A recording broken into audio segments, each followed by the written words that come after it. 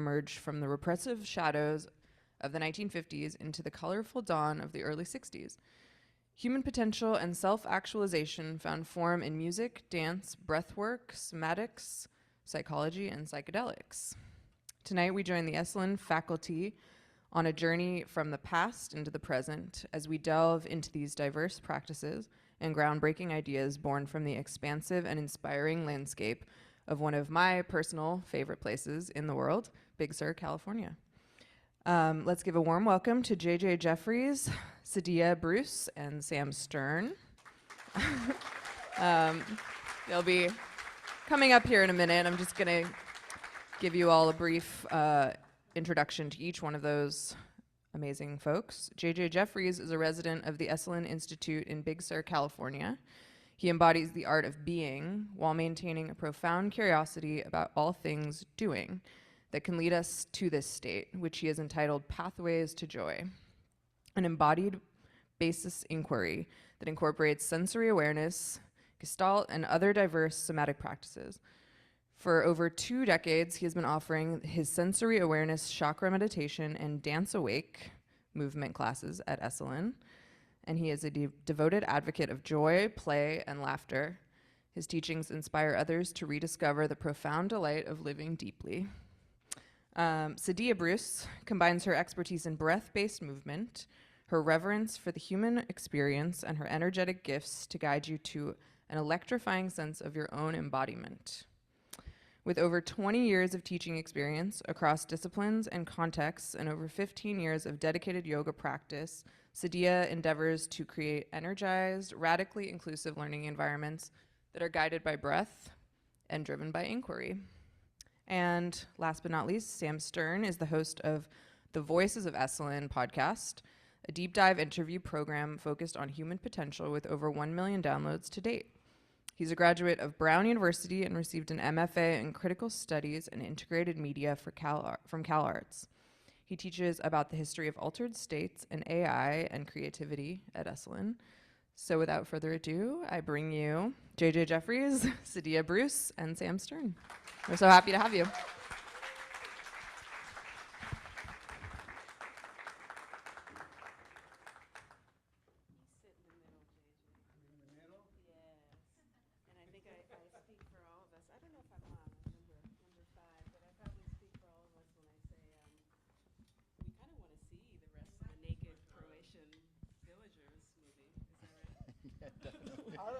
Check. One. There we go. Yeah, I was just saying that there we go. I speak for all of us when I say we kind of want to see the rest of that naked Croatian villagers movie. You're speaking for all of us? I am. Confidently, in fact. I'll go with that. Yeah. So why don't we thank you all for being here. Thank you. We're like, I was saying we're like the medicine people coming from the mountain to the city to deliver the good word. Well, why don't we begin just by introducing ourselves? I have this kind of cool idea for us to introduce ourselves chronologically in terms of when we were connected to Esalen and when we kind of stepped into the field there. That's the only way she could make me go first, because I'm the oldest one here. I'm JJ Jeffries, and good to have you here. Who has been to Esalen? All right, good. Who wants to come to Esalen? Who turned off the wrong highway and ended up here by mistake? Okay, good. I will begin my biography. Is that what we're doing? Okay. I came to Esalen about 20 years ago, and I'm from Indiana, a good place to grow up and leave. And I found out the West Coast was much more in aligned with what I should be. And I came to Esalen a little over 20 years ago. And I arrived at Esalen. I thought I just wanted to do a hot tub. You know, they had nude bathing at Esalen, co-ed nude bathing, which in Indiana is a sacrilege, which I engaged upon happily. And I found out, I thought I just wanted to do a hot tub, and then I found out at Esalen I could change who I was. And that began my journey. I didn't think that was possible. And so I've been mostly engaged at Esalen, finding out what this body's doing, what this mind's doing, why it does it, and the complexities and the fun and the craziness that evolves from that. So I'm really interested in somatic practices and things that make us do what we do. And I've been loving Esalen ever since. Walking down this, I think for me, I'm looking at some point in my life, I experienced this weird grace called joy. What is joy? But I felt it, but how do I express it? What is it? And I've spent most of my life exploring that, and I found in Esalen some good pathways to help me explain that. And so what I do at Esalen, I call pathways to joy. What gives me joy? There's so many things and different pathways to that, and that's what I'll be talking about a little bit tonight as a senior and elder, and stressing the elder part. And we'll see where that goes. And I love humor, I love irreverence, and I love being here with you, especially those of you who've been to Esalen before. Let's find out new things about it. Sam, you look a little bit less older than me. Would you like to start again? Sure. Hi, I'm Sam Stern. Yeah, it's such a pleasure to be here in LA. I've lived in LA quite a bit, 3 separate times, in fact, and found this place to be like my home, and then I would leave it and come back and leave it and come back, and loving my life in Big Sur right now, but I'm just wondering, could there be another incarnation in LA? We'll find out. Esalen has been a refuge, really, for me, and I ended up there after one of my sort of like escapes from LA and did a work scholar program where I worked in the farm and garden at Esalen for a month and loved it so much that I felt like I had to stay there for another month. Eventually, I met this woman, Candace, who was an apprentice in the farm and garden, and we struck up a friendship, and eventually she ended up being my wife. And Esalen has just been a place of acceptance for me. It's a place where I felt like I can share parts of myself and be vulnerable, and that could be accepted there, and that really has been extraordinarily healing. So I've been working there for a decade now, and I work as a content creator. I helm the podcast, produce videos with my colleague Shira Levine, who was instrumental in setting up this evening tonight.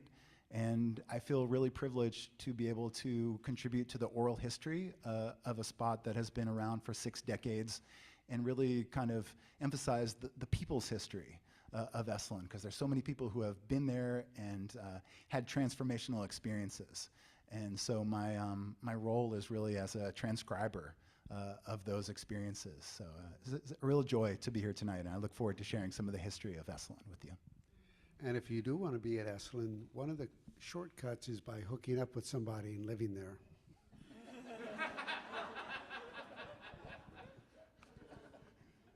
Sadia, please. For our most junior member and the most attractive member of our group. Definitely the most junior. I didn't make my way to Esalen until 2021, which is practically yesterday. But the seed for my Esalen connection was planted in 1989. I was a very strange child growing up in New Jersey, daughter of immigrants. My mother's from the Philippines, father's from a small country in West Africa called Liberia. But my mother liked to go on these weekend shopping trips, and I would ask her to be dropped off at the bookstore while she would go shopping. She dropped me off at Book World in Caldwell, New Jersey, and strangely, dharmically perhaps, I would be drawn to the New Age section of the bookstore. And I'm going like this because I can still see and feel myself walking in the door and veering to the left, where the New Age books and the occult books and all these things were. In the library just now, it's having flashbacks of those days. But I would open these books, and I had no reason necessarily for opening these books or even being curious about them, but I'd open these books, and in these books were the names of 2 places that I just knew I had to go to. The first one was Esalen. Sounded amazing. Second place sounded even more amazing, super far out. That place was California. And so lucky for me, there's a little overlap there. But you know, a kid like that, they end up becoming very interested in yoga and meditation and even the occult and all sorts of alternative things. And I really followed that path, and I hit it pretty hard to the point where, you know, it became my profession. And so as I was a student of yoga, I was living in New York City at the time, so from New Jersey, but an adopted citizen of the People's Republic of Brooklyn. I would study and study and study. And at that time, a lot of living masters were passing through the city, and I would try, every time I encountered a teacher I enjoyed, I resonated with, I'd try to find their teacher and their teacher and their teacher, and all of these folks, of course, were passing through Esalen. And so it was very clear to me, okay, I have to go to that place that I read about so long ago. But for whatever reason, decades passed, life happened, and I just never made my way there until 2021. We were living in very strange times.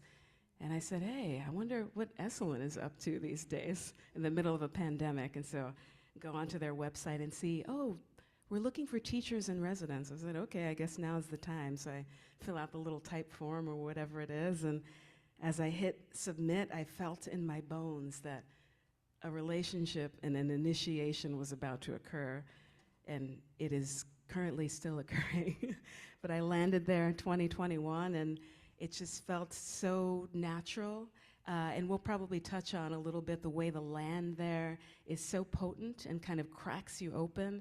And so as a result of kind of stepping foot there and you know, exploring my craft of teaching, you'll hear that Esalen is a place where experimentation is kind of the order of the day. And so I felt very free to experiment with my teaching. And so these days I'm playing around a lot with breathwork in particular. And there are a couple people who are in the audience now who've been in class recently, but there's this experiment I've been conducting around the breath, but also rhythm and group entrainment and co-regulation. And so we play with that. And JJ and I also have the pleasure and the honor of co-leading some of the longer term programs. There's a month-long program that we're currently leading, a week-long, 2-week-long, but we'll probably address a little bit more about those later. Yeah, yeah. All right. And so maybe to kick us off, we'll do a little bit of dropping into the body. So we've been living above the neck probably for much of the day. So if you wouldn't mind standing up, I think that might be a nice place to start. And once you're standing, you go ahead and jostle your body, if that's all right.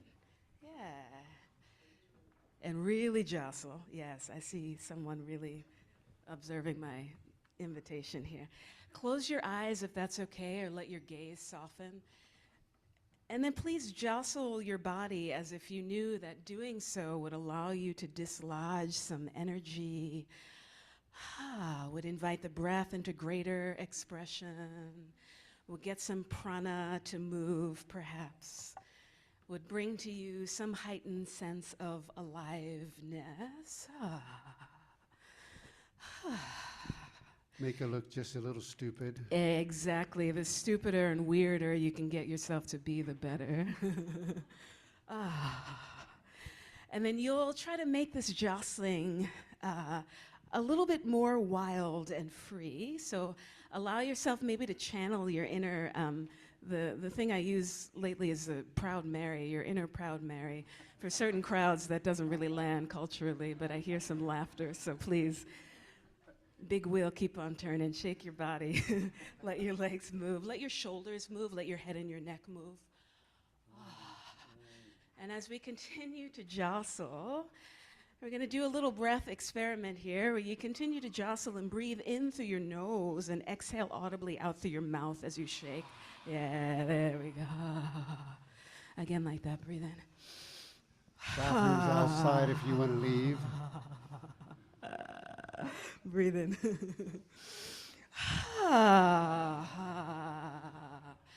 And then begin to make the shaking even wilder. Make a little bit of noise if you like. I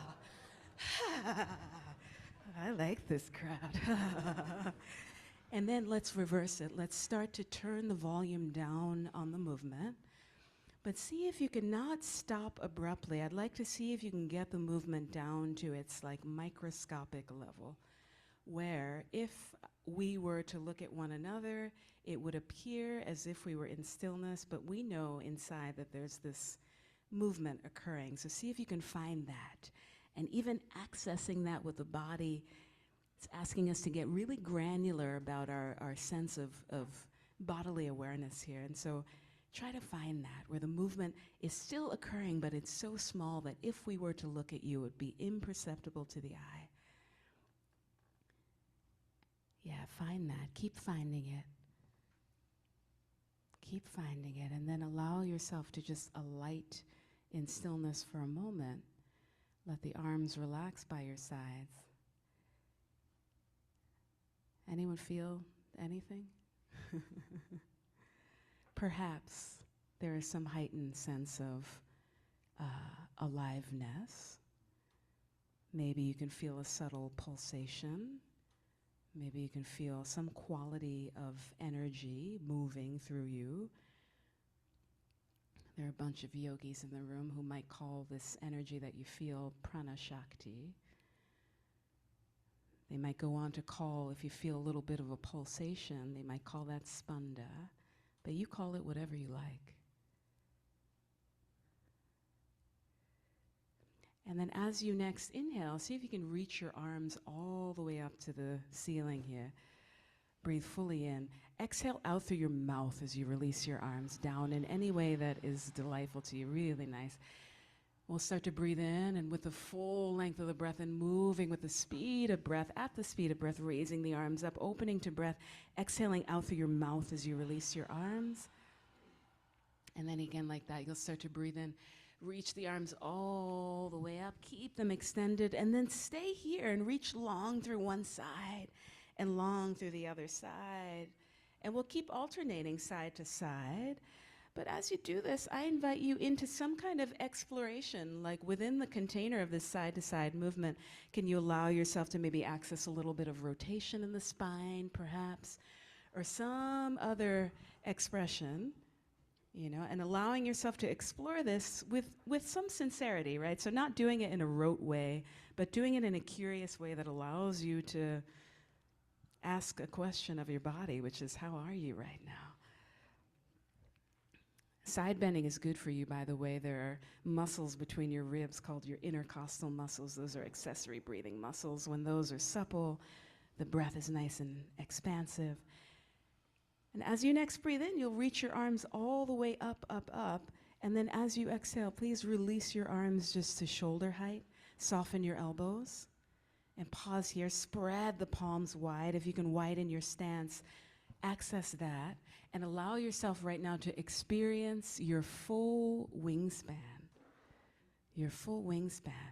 And really be in this. It's so interesting, right, how the body and kind of creating shapes with the body, doing things with the body can affect the mind and the energy body and all of these things. And so this shape right here, if I recall correctly, normal people call this a power pose. But because I spend way too much time at Esalen, I've taken to calling this a somatic talisman.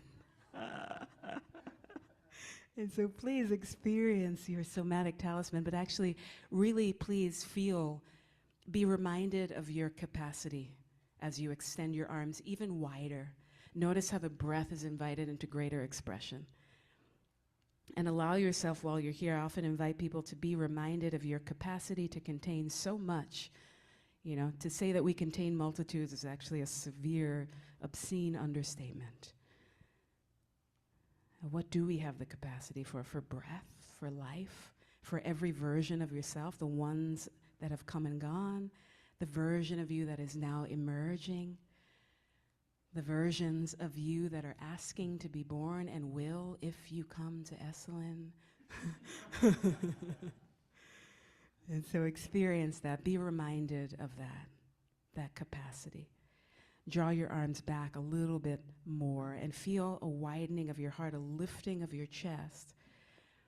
And so Esalen began as a place where, you know, folks went to discuss ideas. And progressively, you know, these explorations started to drop down below the neck into the body. And it's my contention, my theory, that this dropping down into the body has started to return Esalen to what it was originally 7,000 to 9,000 years ago, which is a place of healing. And so as you stand here this way with the arms wide, please notice this is a very vulnerable shape for any animal to be in, humans included. So the front of the body completely exposed, the heart wide open.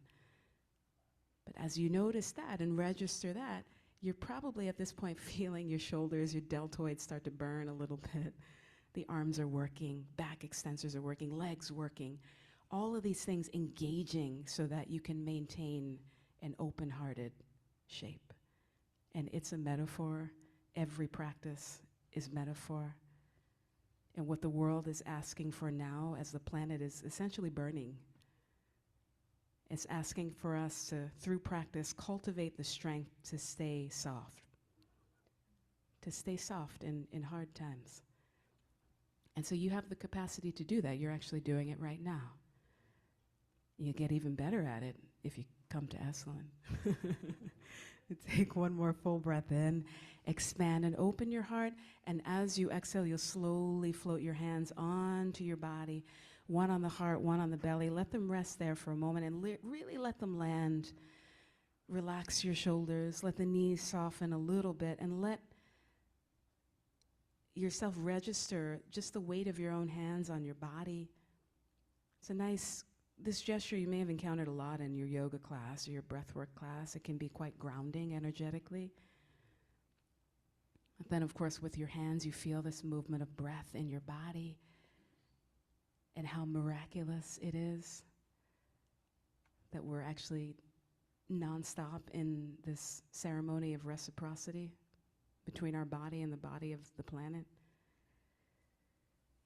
And so please, in this moment, experience 3 of the most expansive breaths ever, preparing you for this experience we're about to share together. Be reminded as you enjoy these breaths of your capacity for so much.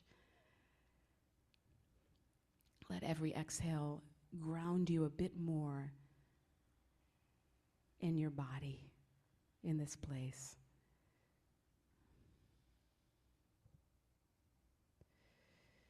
And I'll share with you before I return us back to materiality this beautiful line that I try to share with as many people as possible. The writer, the author is Adrienne Marie Brown. And this line, I share it with everyone at Esalen I encounter, if I can, and it's this.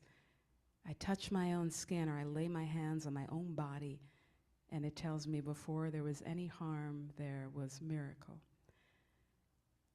And so much of what we do at Esalen and what we've done at Esalen serves to do exactly that, remind us of the miraculous nature of living in a body on this wild planet, the privilege we have to do that, the opportunity we have to make it really juicy and exciting. And so with that, I'll invite us just to lower the chin to the chest, bowing the head to the heart.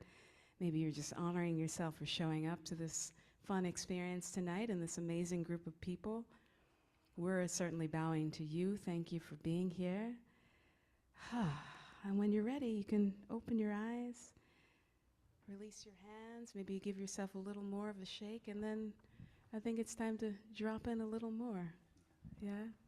I don't know. I think I'm done. You're done? I mean, we could. We could. We could end it right here. We could. Yeah. But we're not going to. All right.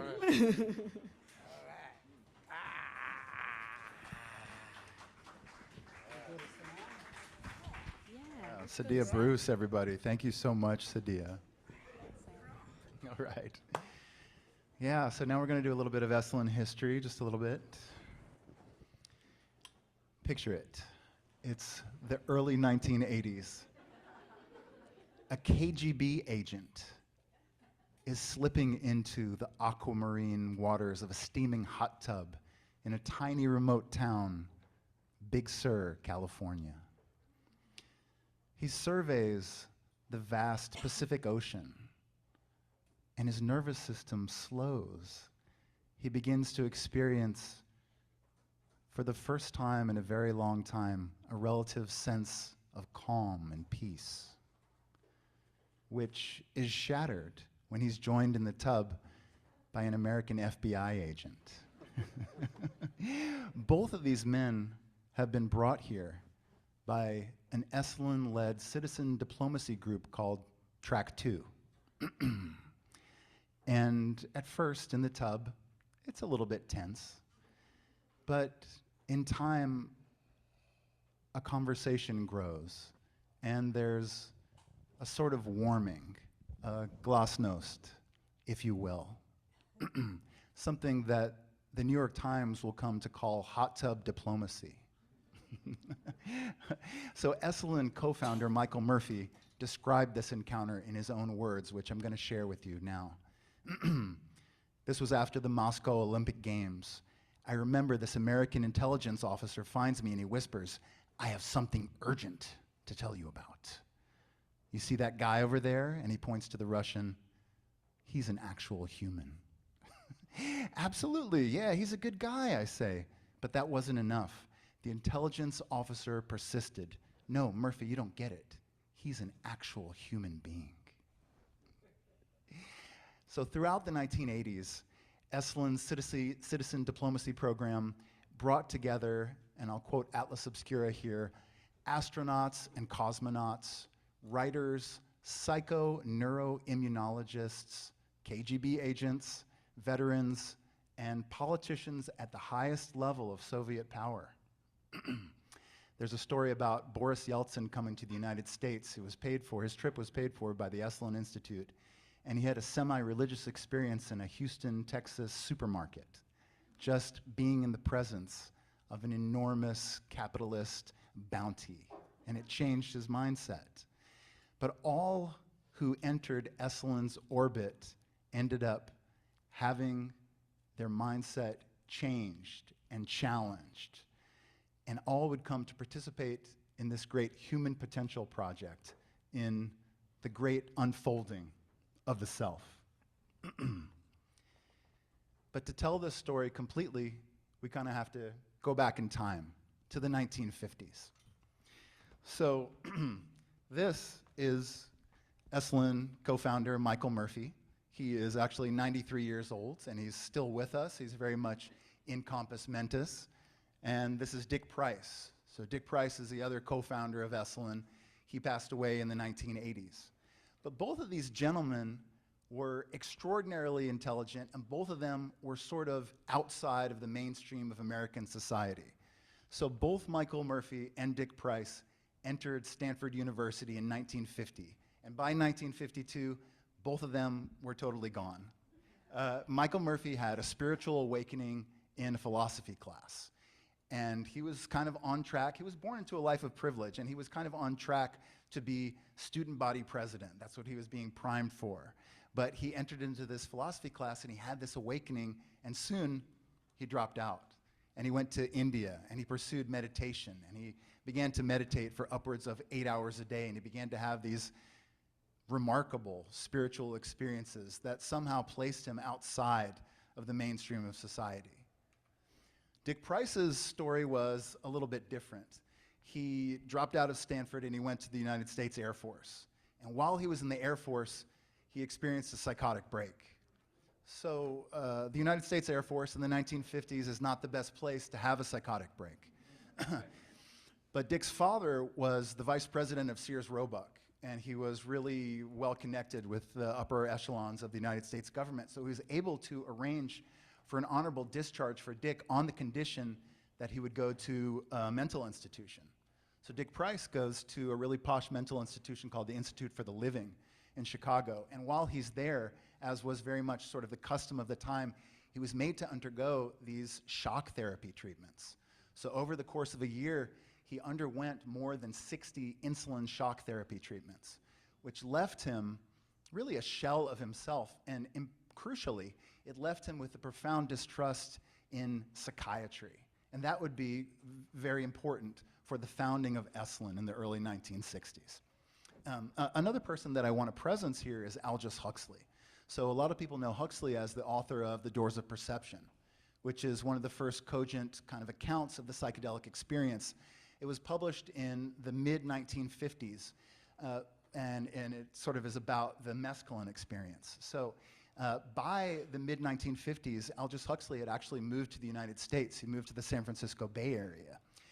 And while he's there, he's lecturing not only about the psychedelic experience, but about this thing that he was calling human potentialities.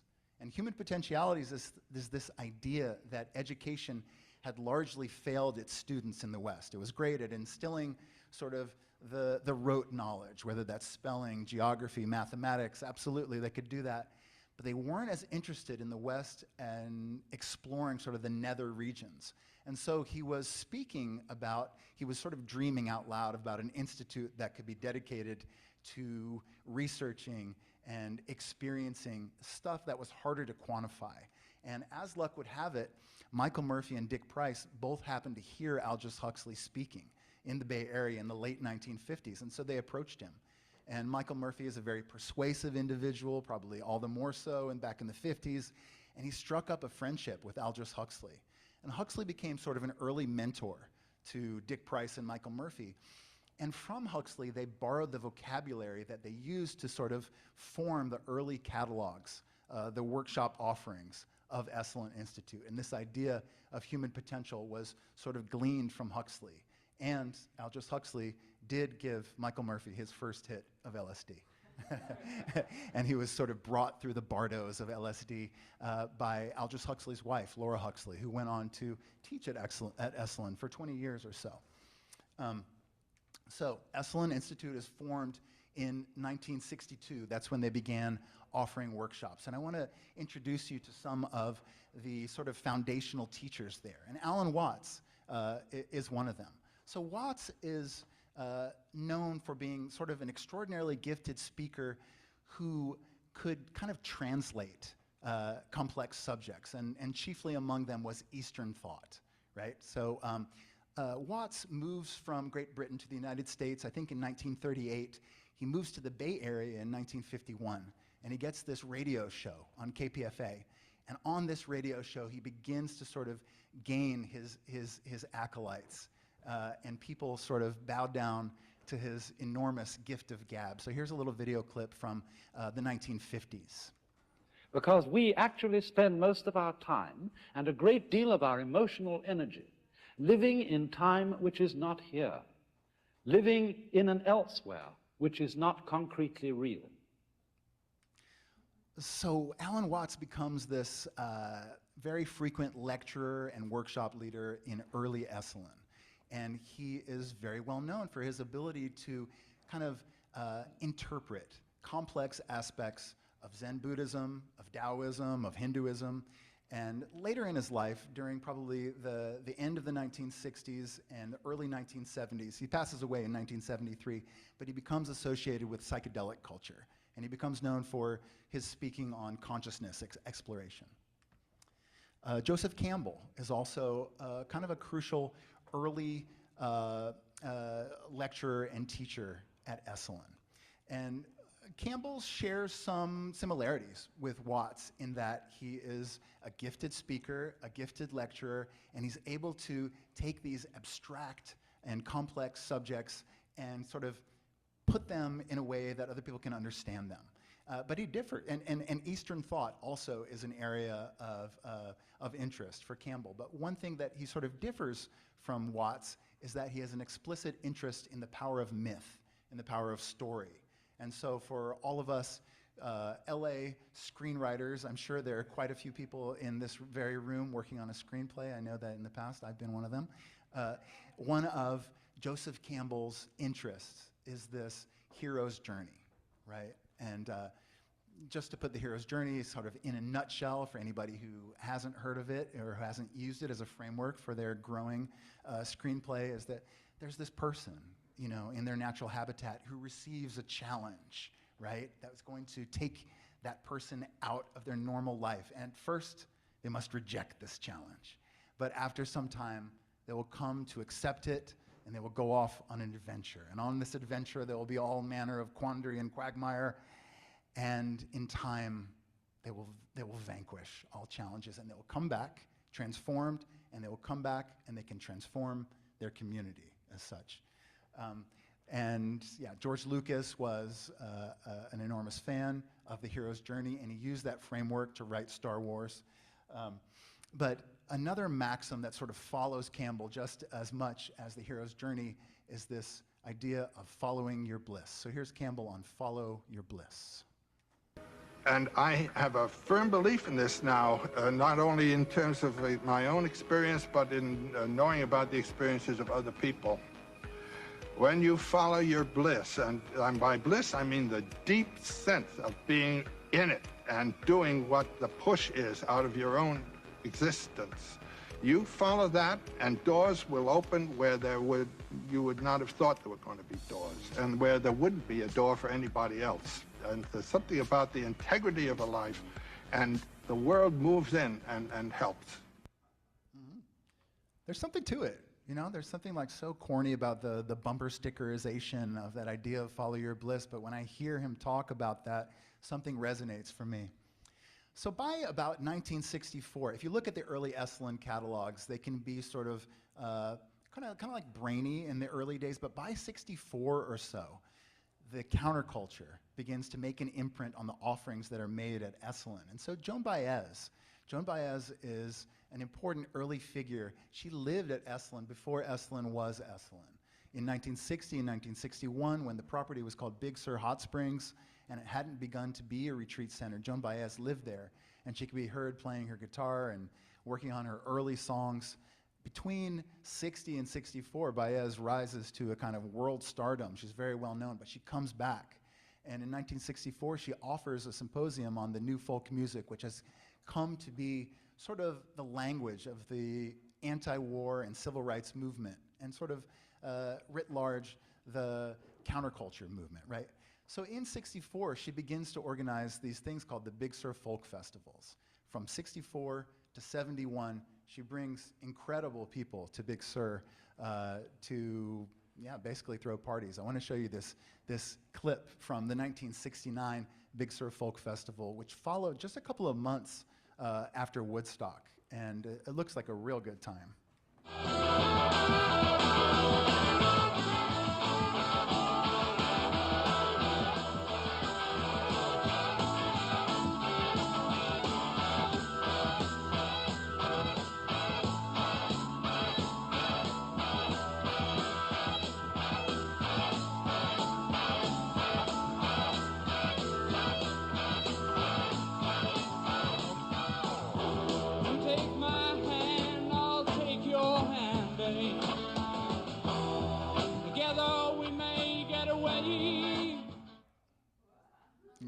Yeah. I mean, basically, across the years, there was Joni Mitchell there, Crosby, Stills, Nash & Young, as you see in that clip, Chambers Brothers, Mimi Farina, Joan Baez played every year, Chris Christopherson, Taj Mahal.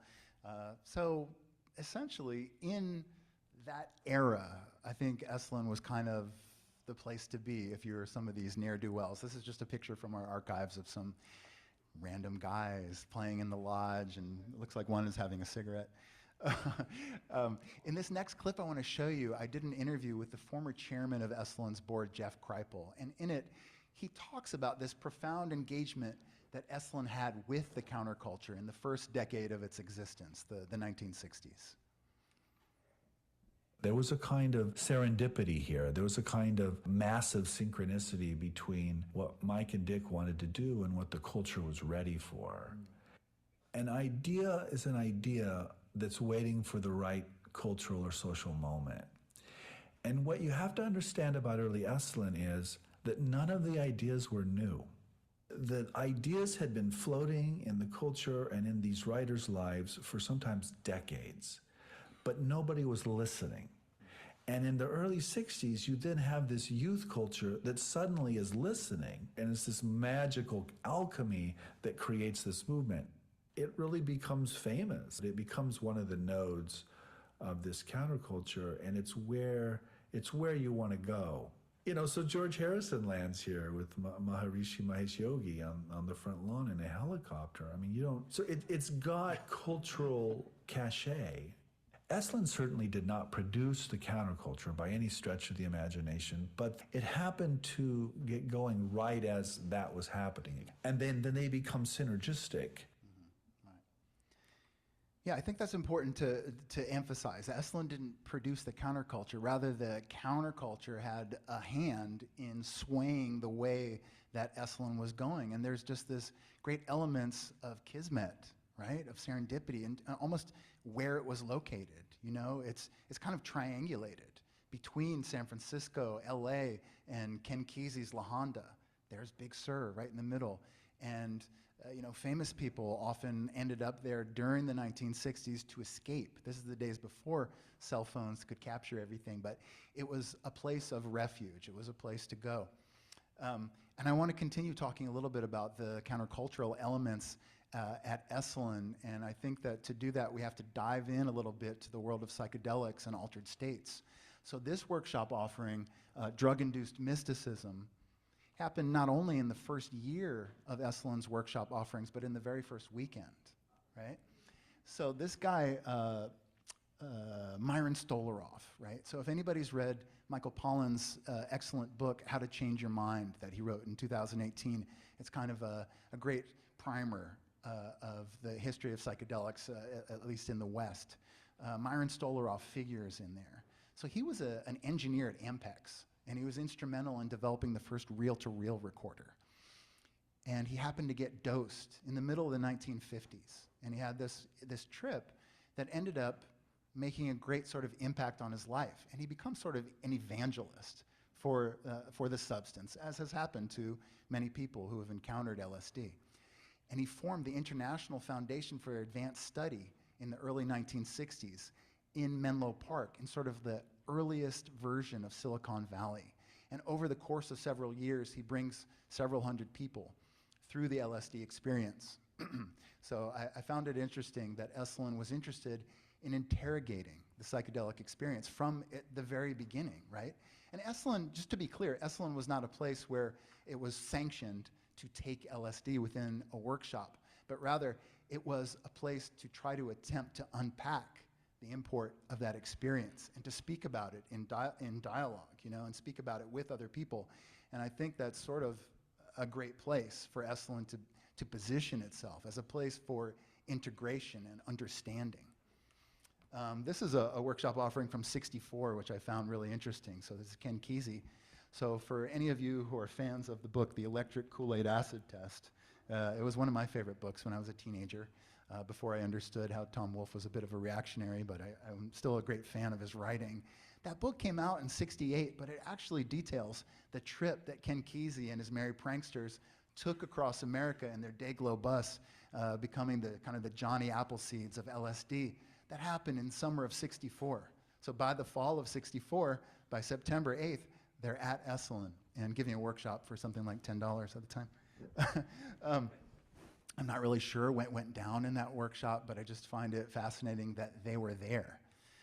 This is also from '64, so a workshop with Richard Alpert, soon to be known as Baba Ramdas, and Timothy Leary.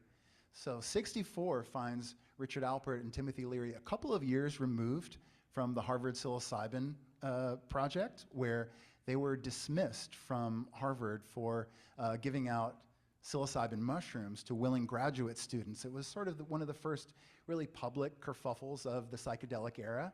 By '64, Alpert and Leary are living in this mansion in Millbrook, New York, and they have started their own religion called the League for Spiritual Discovery, in part in an attempt to evade prosecution by the New York State district attorneys.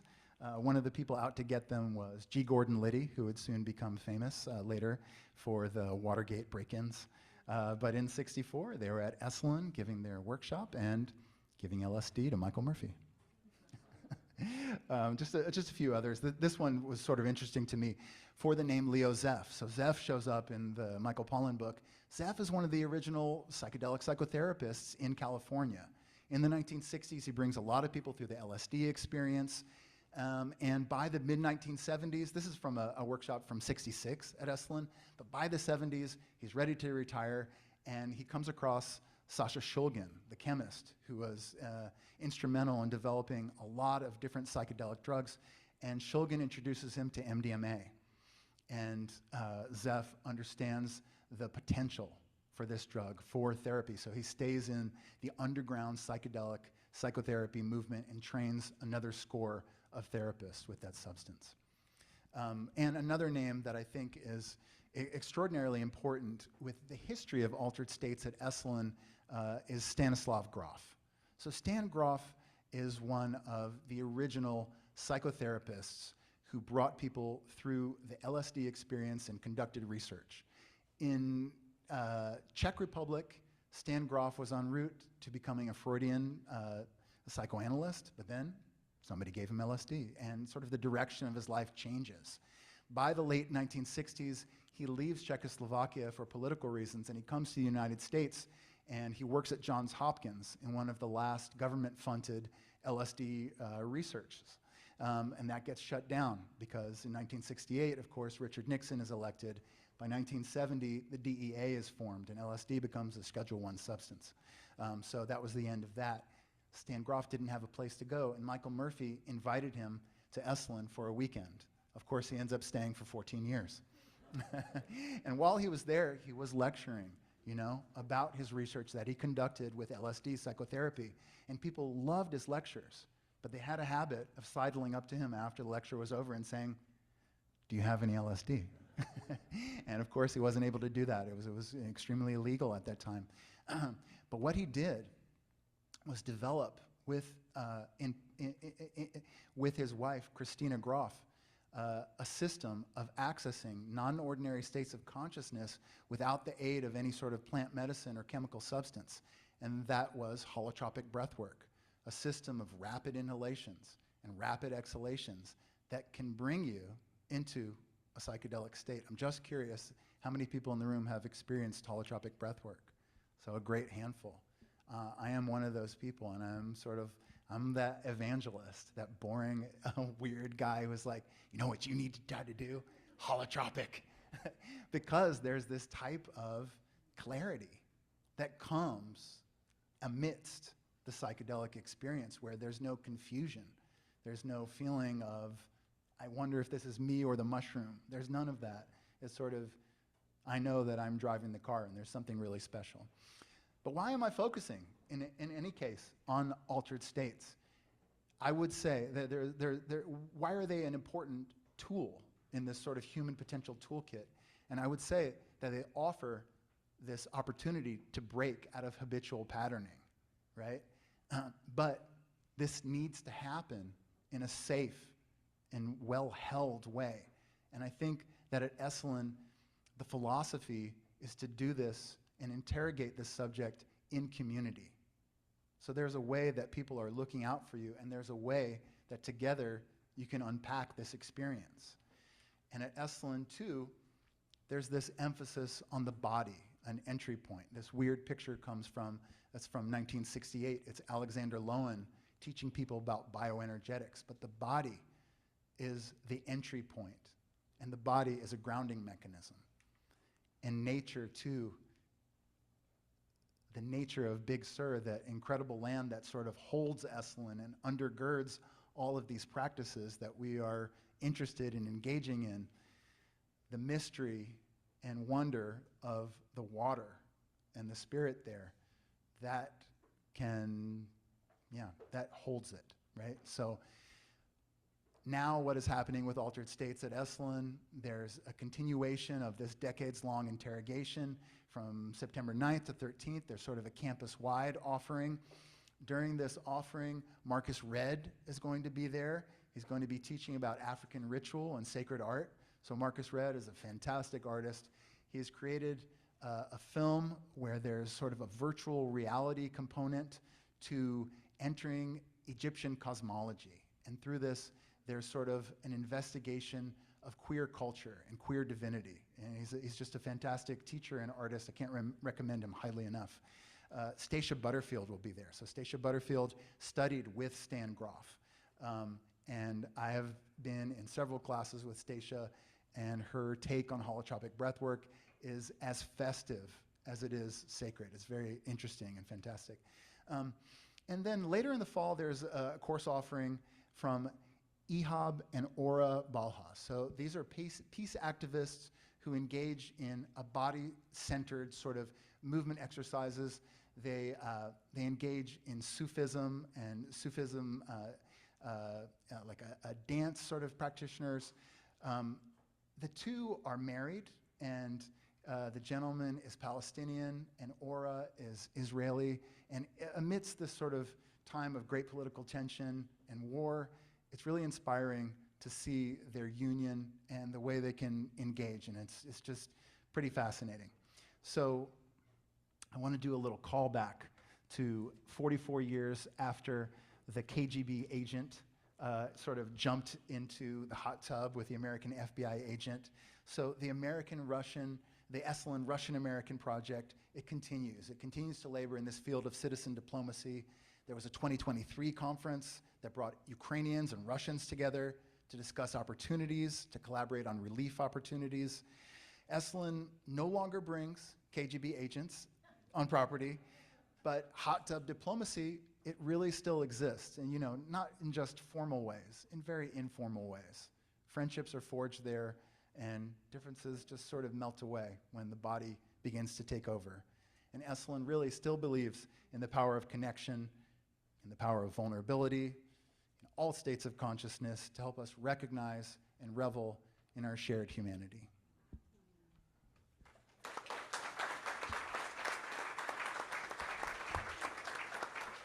JJ.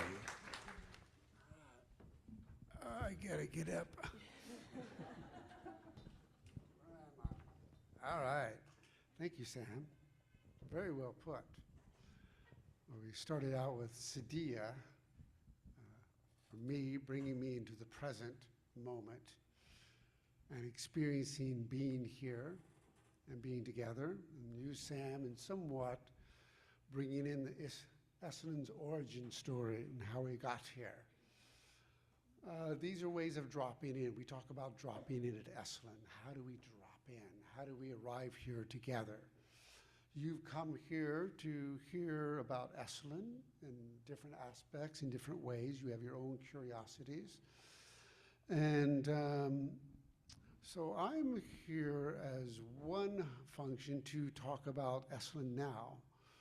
Esalen now, what is it doing? Why is Esalen so popular? What keeps bringing people back to Esalen? And I'm going to give you my perspective of that. First of all, it's incredibly beautiful and on the Pacific Ocean. Perfect place to come to. And hot springs cantilevered over the ocean, hundreds of feet above the ocean. A wonderful, beautiful place to be. And it's this place of the human potential movement that Sam mentioned from Aldous Huxley. The human potential movement. Human potential. This is a way of saying, what are we meant to do as human beings? What is our potential? And movement is an active way. It's not a thought. It's a feeling and an emotion. It's an embodiment. So Esalen, for sometimes I think, if we were to make things really simple as human beings, we are spending all our time trying to feel a certain way. I want to feel love. I want to feel joy. I want to feel expansiveness. I want to feel curiosity.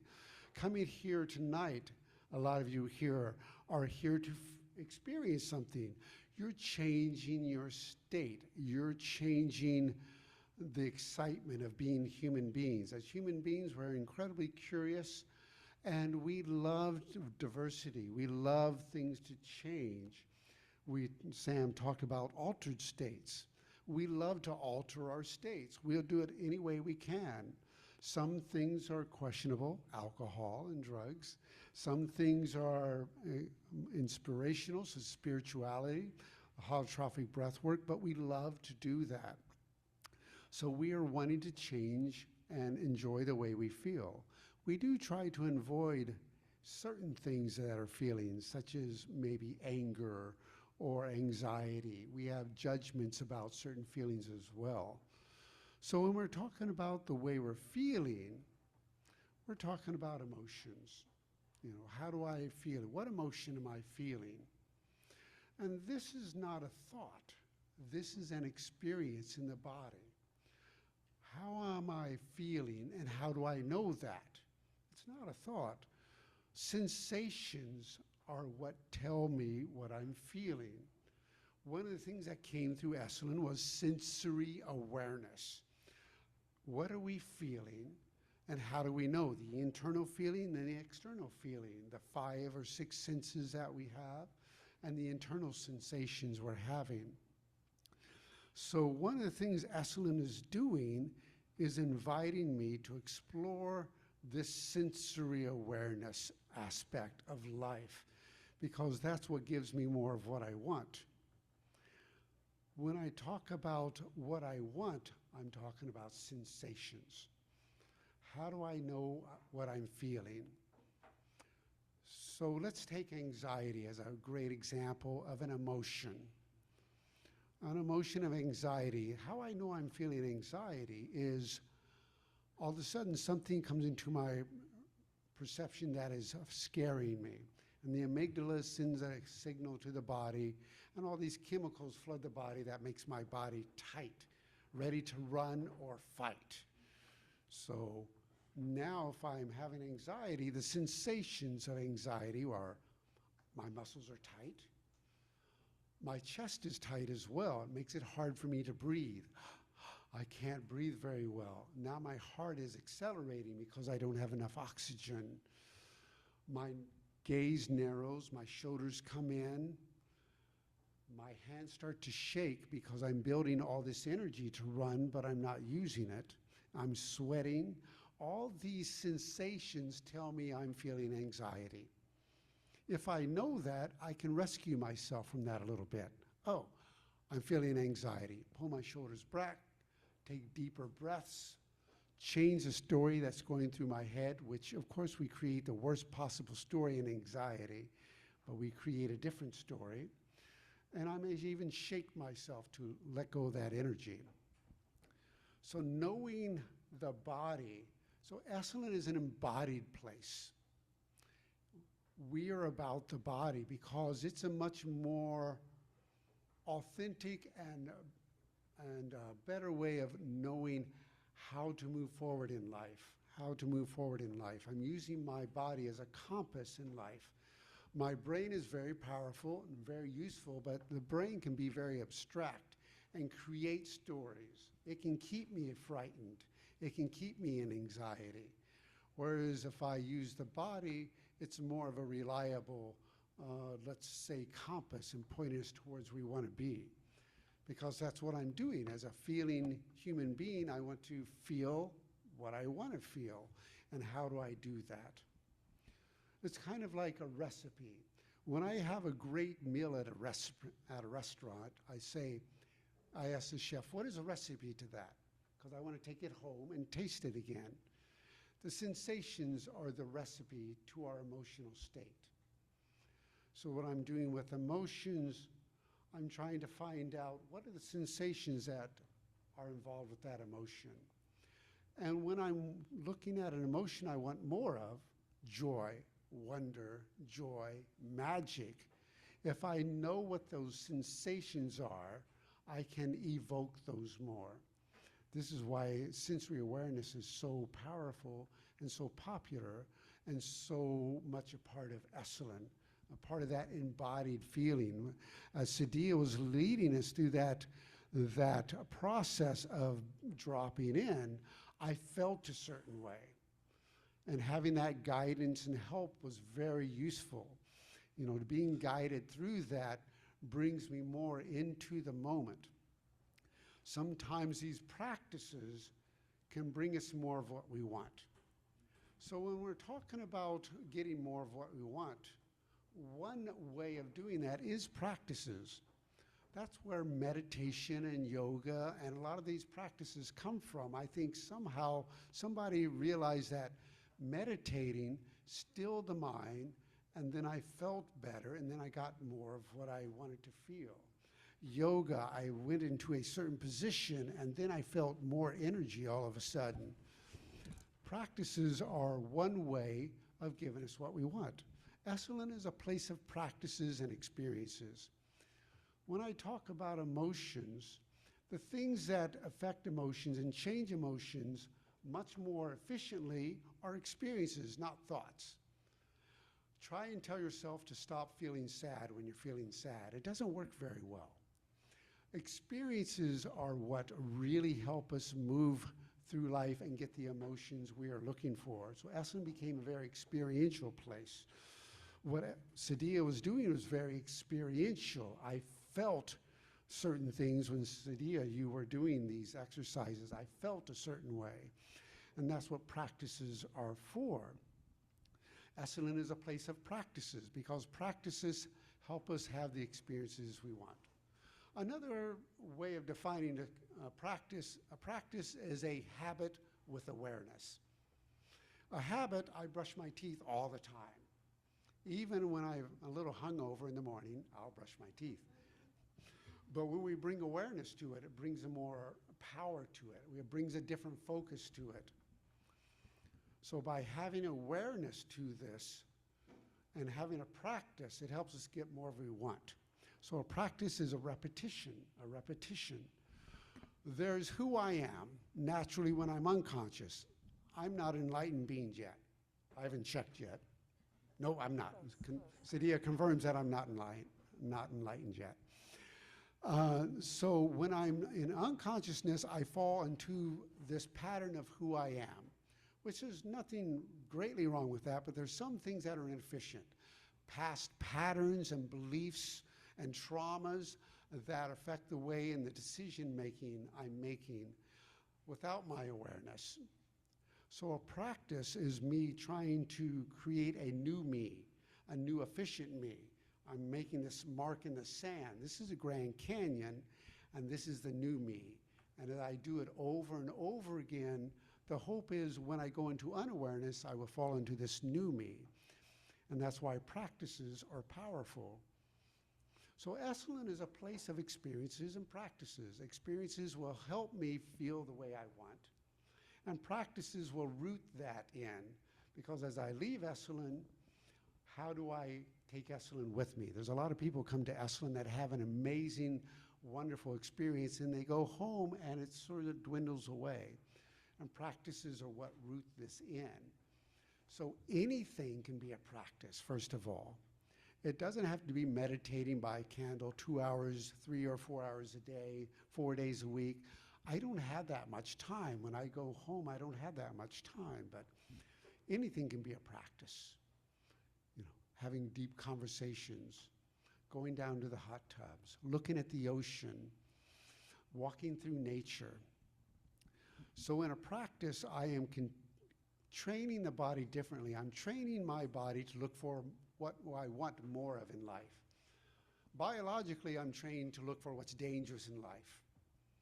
And that's a good thing, you know, as we were developing. But now, I need to bring more attention to what I want in life, because pain signals are 5 times stronger than pleasure.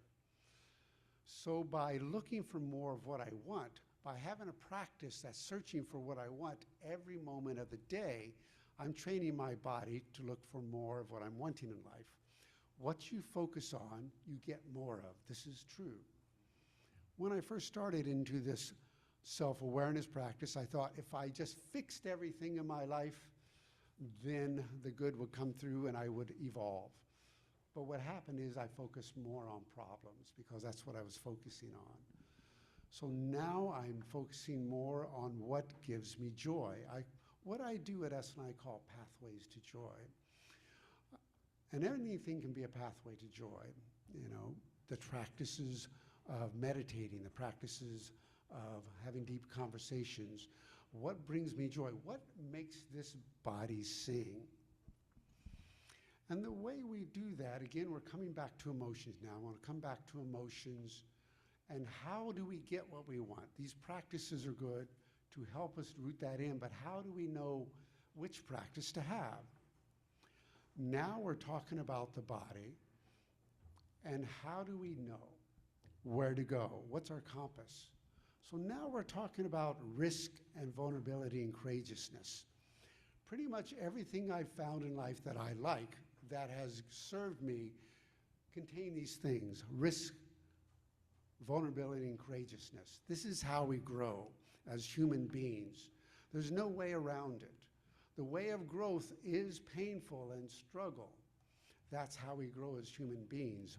But what is the right struggle? What is the right risk? What is right vulnerability? And only the body can provide that. If I use just the mind, then I can go into what society says is right or wrong, right? My body will be the best compass, because nobody can tell you what is right. Only you and in your own body can tell this.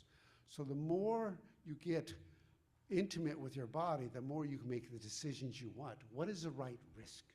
Risk and vulnerability are a continuum. You know, how do you know if it's too risky or not risky enough? Too risky, I could provoke trauma in my body. No risk at all, and I don't grow at all. So there's this place of playing with risk and vulnerability and courageousness, like what is just risky enough? One way of describing this would be a little fear and excitement mixed in. Fear and excitement have the same sensations. The only difference between them is our judgment of them. You know, fear is when I judge it bad. Excitement is when I judge it good. The same sensations, but how do I judge that? So using these experiential workshops at Esalen is a way of learning how to manage and navigate fear and vulnerability and courageousness. One great example of that is falling in love. Falling in love, super vulnerable, super risky, but the payoff is amazing. And if it goes wrong, it's horrible. It's super painful, but well worth it. As a bard said, better to have loved and lost than not to have loved at all. So this is the risk we take. This is how we expand. This is what the human potential movement is all about. Finding that growth. That's what Esalen is about, bringing in the workshop that encourage this growth by taking risk, by doing something that's risky and courageous and vulnerable. Yet we do it in groups. You come to Esalen, you come as a group, you do the workshops together. This mitigates the risk and vulnerability. If I'm going down to the hot tubs, if I'm the only one going down there nude, that's super risky and super vulnerable, and I might get arrested. But when we all do it together, all of a sudden, it seems to be not as risky. It's okay because we're doing it together. Esalen is also a place of support. I had a roommate for 3 years. We took hot tubs all the time. We were always naked together, not a big deal. I came home one day, she came out of the bathroom and she was nude and we both screamed. Being at home was not all right to be naked. So it's this place, where is it appropriate? So this is what I've found as the power of Esalen. The power of Esalen is a place to come. You don't have to work. We are feeding you. You don't have to wash dishes. You just get to arrive at Esalen and look at, how can I redesign my life? What do I really want? What do I really want in life? Am I at the place where I want to be in life? And if not, Esalen is offering you lots of different practices, a whole horde of different practices. Sadia did one. You know, Sam talked about the history of Esalen. That's a way of finding safety. This is where Esalen came from. This is where Esalen is coming from right now. This is what Esalen is doing. That's why people are coming here to re-envision themselves. People come here for all sorts of reasons, mostly reasons of transition. I've lost a job, I've got a new job, lost a relationship, a new relationship, death, grieving. This is a place of transition to re-envision your life and begin again. And that's one of the things that makes Esalen so attractive, so wonderful, and so beautiful. And this is one of the reasons I'm here. Yeah. Thank you very much.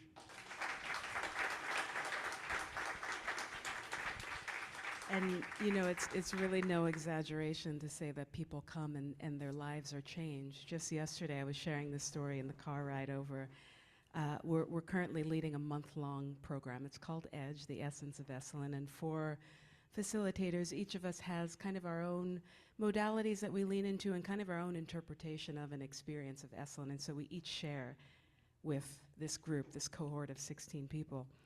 And so typically these things tend to attract really powerful people, people who are doing amazing work in the world, and they're coming, you know, just to recalibrate. And so just yesterday, I went to go begin a circle with this current cohort, and a woman begins to speak. She's in the group. She says, hey, I'm wondering if I can just read this eulogy that I wrote to this former aspect of myself. 2 days ago, she says, I had the most profound experience receiving a massage, actually. And she said, where my life is going, it became so clear that I could not continue on. And so she wanted, as a group, to, you know, to sort of memorialize this aspect of herself. And I thought, wow, what a great idea. And so I had the entire group kind of write a eulogy or an obituary to an element of themselves that they're ready to release so that they can call new things in. We had a whole ceremony. We went to the creek, and there was drumming and all of this sort of thing. But this woman, you know, it wasn't as if she was quitting something flippantly. She had been working as an epidemiologist for about 30 plus years. She was in academia for a while. She became a researcher. She worked on a drug that I think served over 1 million COVID patients. And so this woman has a very meaningful life, has led a meaningful life and done some really powerful work. But through her exploration and her time at Esalen, she's realized that she's actually done with that. And that's a pretty powerful shift for someone to make. I think one of the elements that we sometimes forget to talk about, we were just talking about this in the library, but when we're talking about the power of Esalen, there is this amazing history, but there's also the land there. The land there is very, very potent. When folks come to do workshops with us, we have an experience called How to Drop into Esalen. So, you know, how to do Esalen. And so I often ask people, I survey the room, you know, who is having kind of a bodily, a somatic response to being on this land? And inevitably, almost the whole room is responding. And then I receive stories from people about how, you know, they just feel, I just feel like I'm home. I feel this tingly feeling. I feel very, I don't know, kind of open. I then lead them through an exercise of introducing themselves to each other. And there's this like light and connectivity in the room that we don't often get to experience anywhere else. And I'm convinced that the land is, you know, one of the things that allows people to access this expansive version of themselves. There's a teacher who used to come through Esalen a lot, I don't know when, maybe Sam does, but Rupert Sheldrake. He gave a name to this concept that many indigenous cultures subscribe to. Certainly all of our ancestors believe this. Maybe you don't, but you will when you come to Esalen. And so the idea, the name that he gave to this idea is morphic resonance. And the idea is that when an activity is done in a place repeatedly, again and again and again and again and again, the place will take on the energetic imprint of whatever that activity was. And so when the Esalen tribe landed there, you know, they were struck by this place because it was a place where the 3 waters meet. And so as JJ was describing, we have the hot springs, we saw the, you know, hot tub diplomacy, we have the fresh water of the creek there, we have the ocean there, and this is a very rare occurrence on the planet. And so the Esalen tribe, when they landed there, I think it was 7,000 to 9,000 years ago, is that what carbon dating says? But they regarded this place as a sacred site of healing. And so they would treat it as such, and I don't think anyone was living there. It was a place of healing that they would make pilgrimages to and this kind of thing. But I share all this to say that, you know, Esalen is a place that cracks you open. It's a place that you go to heal and to transform. This idea has been imprinted again and again and again and again and again. And when we began, I said, you know, when the Institute itself was started, and you just heard a little bit about that, a lot of what was done was kind of this above-the-neck, cerebral idea stuff. And then progressively, I think Charlotte Selver was the first person to lead an experiential workshop at Esalen in 1963. But the work that was being done there, as you saw, started to drop us down below the neck and into the body. And as I was sharing before, when we drop into the body, truth is coming soon. The body doesn't lie, what is it? The body keeps the score. And so it's my contention that, this sort of progressive exploration and descent down into the body is what has allowed us to return, this land, this place, to its standing as a place of transformation and healing. And you'll feel it when you come to Esalen. I think maybe you want to take a breath break a little bit. Can I introduce you to a little breath pattern real fast before I hand it back to Sam? So have y'all heard of this thing called a physiological sigh? No, it's trending now. So go listen to Huberman or whatever you listen to. This pattern has been mentioned, but it's very simple, this pattern. It involves a double inhale in through the nose followed by an exhale out through the mouth. So I'll just demonstrate it really quickly and then share some fun things about this. And if you want to join in as I demonstrate it, feel free, but it's like this.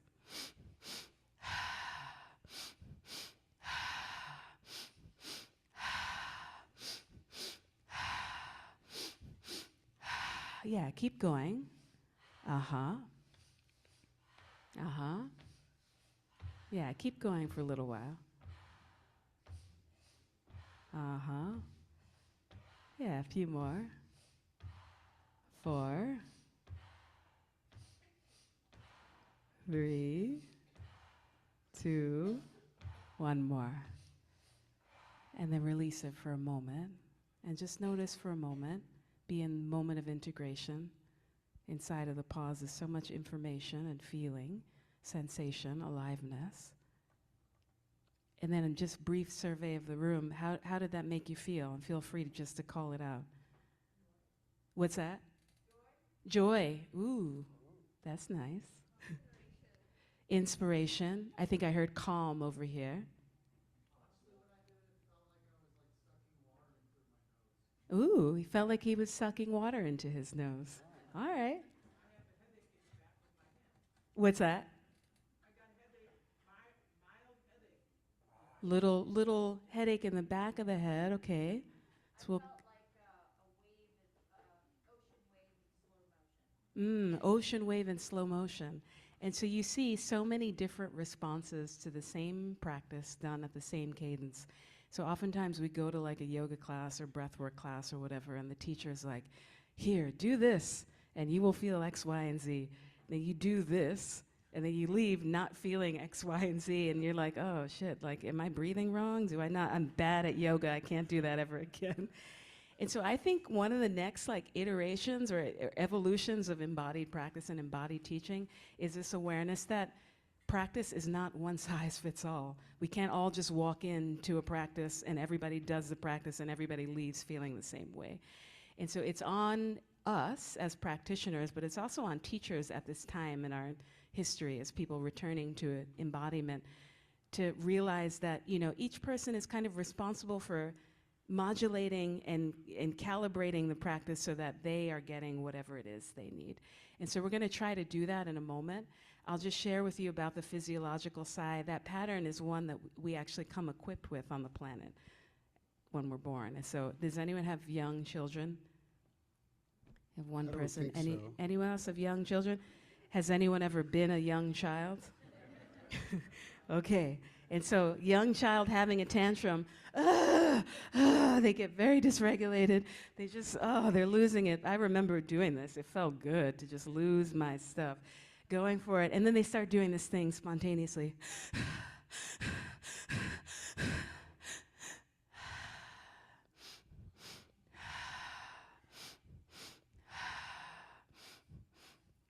And so we already know how to do that. And modern life, in all of its, I don't know what the word is, in all of its whatever, has created in us a sense of amnesia, and we forget these things that we come equipped with. We forget our inner knowing. We sort of give ourselves to teachers kind of blindly and do what they say, and when we don't feel as they tell us to feel, we think that there's something wrong with us.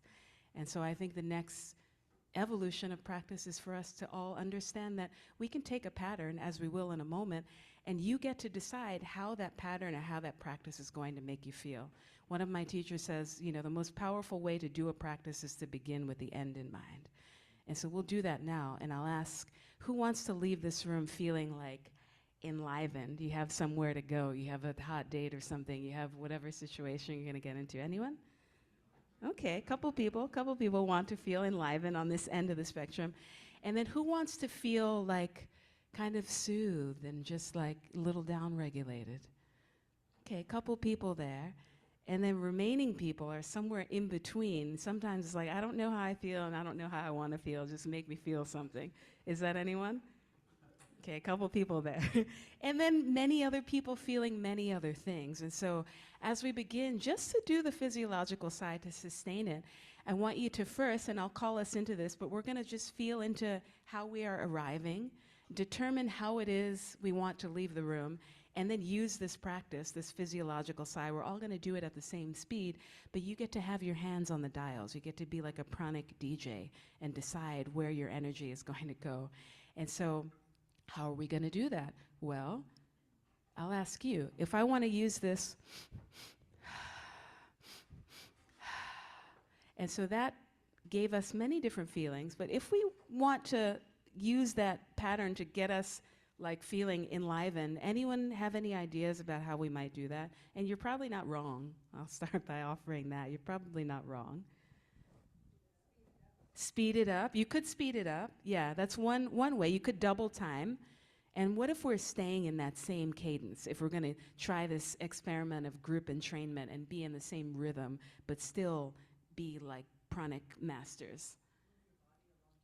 What's that? Yes, move your body along with it. You could do that for either end of the spectrum. You could also just adjust your intentionality and the amount of effort you're using for the pattern. So what I mean is this. So here's the balanced version. Okay, enlivened way, I'm gonna use the body and I'm gonna infuse my intention to be enlivened by this and put my foot on the gas a little more, but stay in the same speed. It's like this.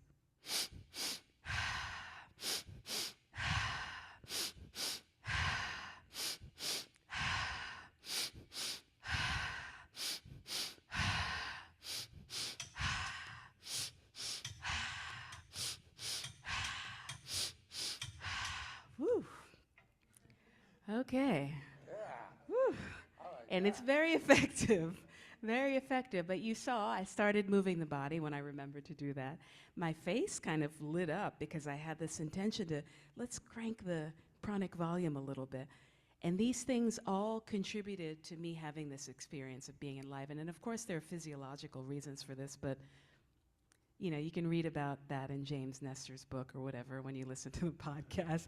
But, you know, at Esalen, the other thing we do is drop into the mystery a little bit more so we can experience more and think a little bit less. And so that's how you can turn up the volume. Other end of the spectrum, how do you think you might use the same pattern and the same cadence to feel just like soothed, down-regulated? It's a little bit of a, it's not a trick question, but you could also move the body, but in a more kind of fluid, soft way. What else? What's that? You could do a longer exhale for sure. Generally speaking, that exhale is quite down-regulating, certainly according to traditional yogic wisdom, until you get to the bottom when it can become enlivening again. Yeah. And how about just applying less effort and infusing the breath with this intentionality of down-regulating? So it would just be this.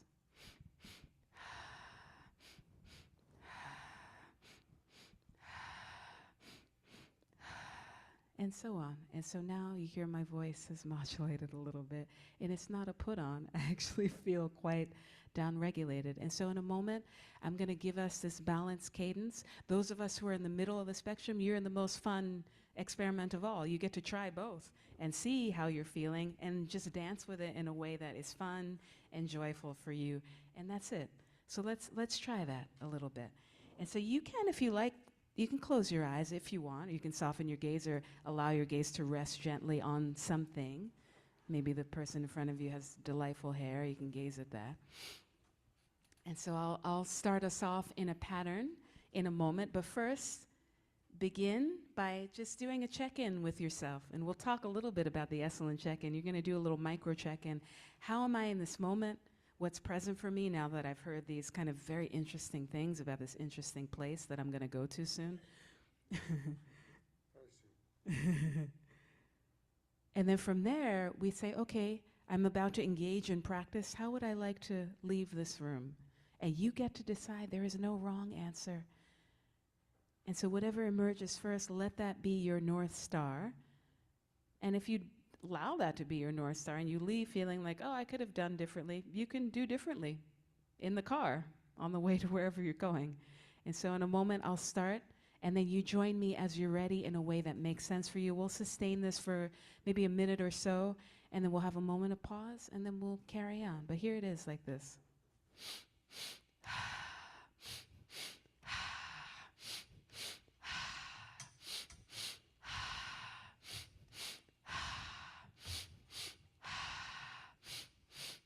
Yeah, keep going.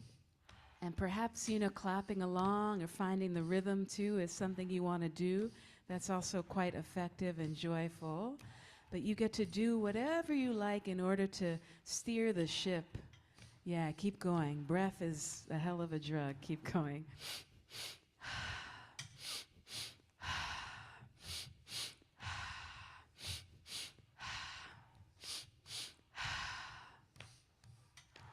Keep going. Yes, keep going. Keep going.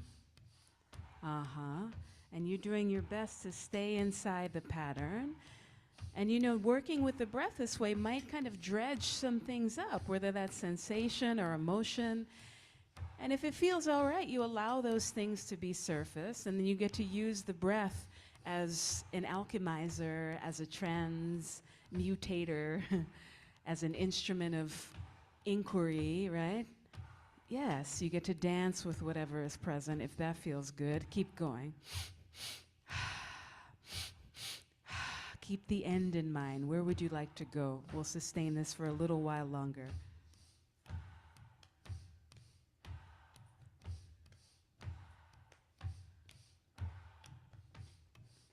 Yes, keep going. Keep going.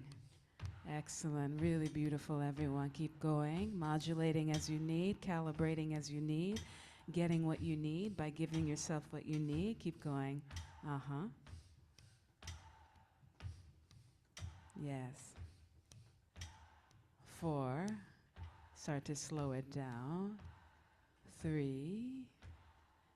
Keep going. Just slow it down. 3. 2. 1. And then just pause for a moment. Be inside the pause. Allow yourself to be kind of subsumed by whatever quality of energy is there, by the medicine of your own presence, by our shared field, by your own sense of aliveness.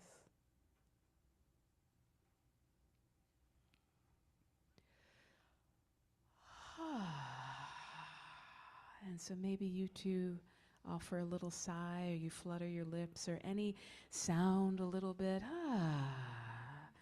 Any gesture, that brings you back into your body and back to materiality here.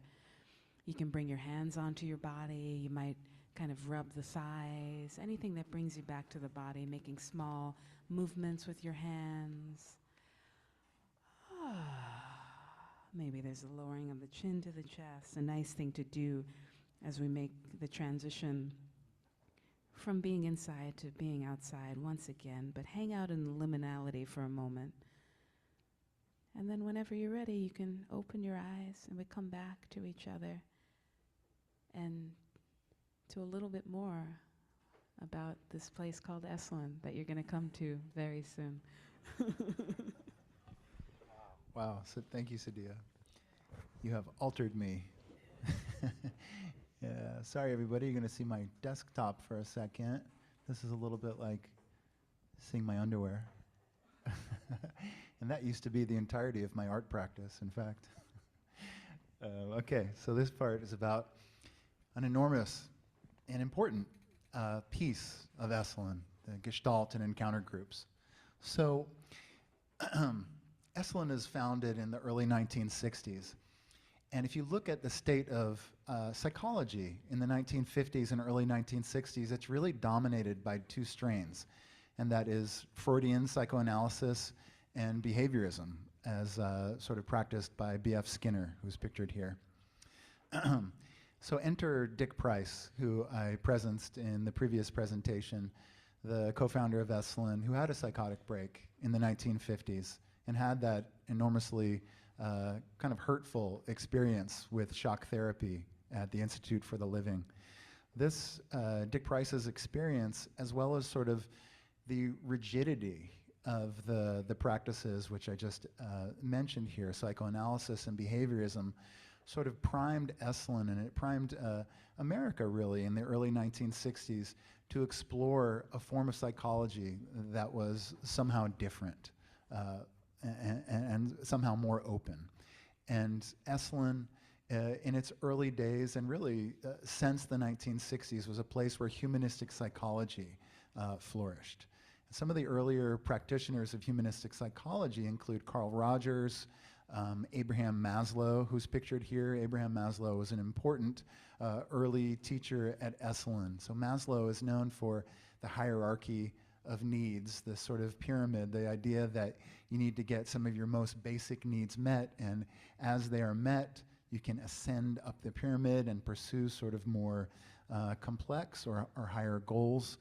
That was his contribution to psychology, as well as this idea of peak experiences as being generative.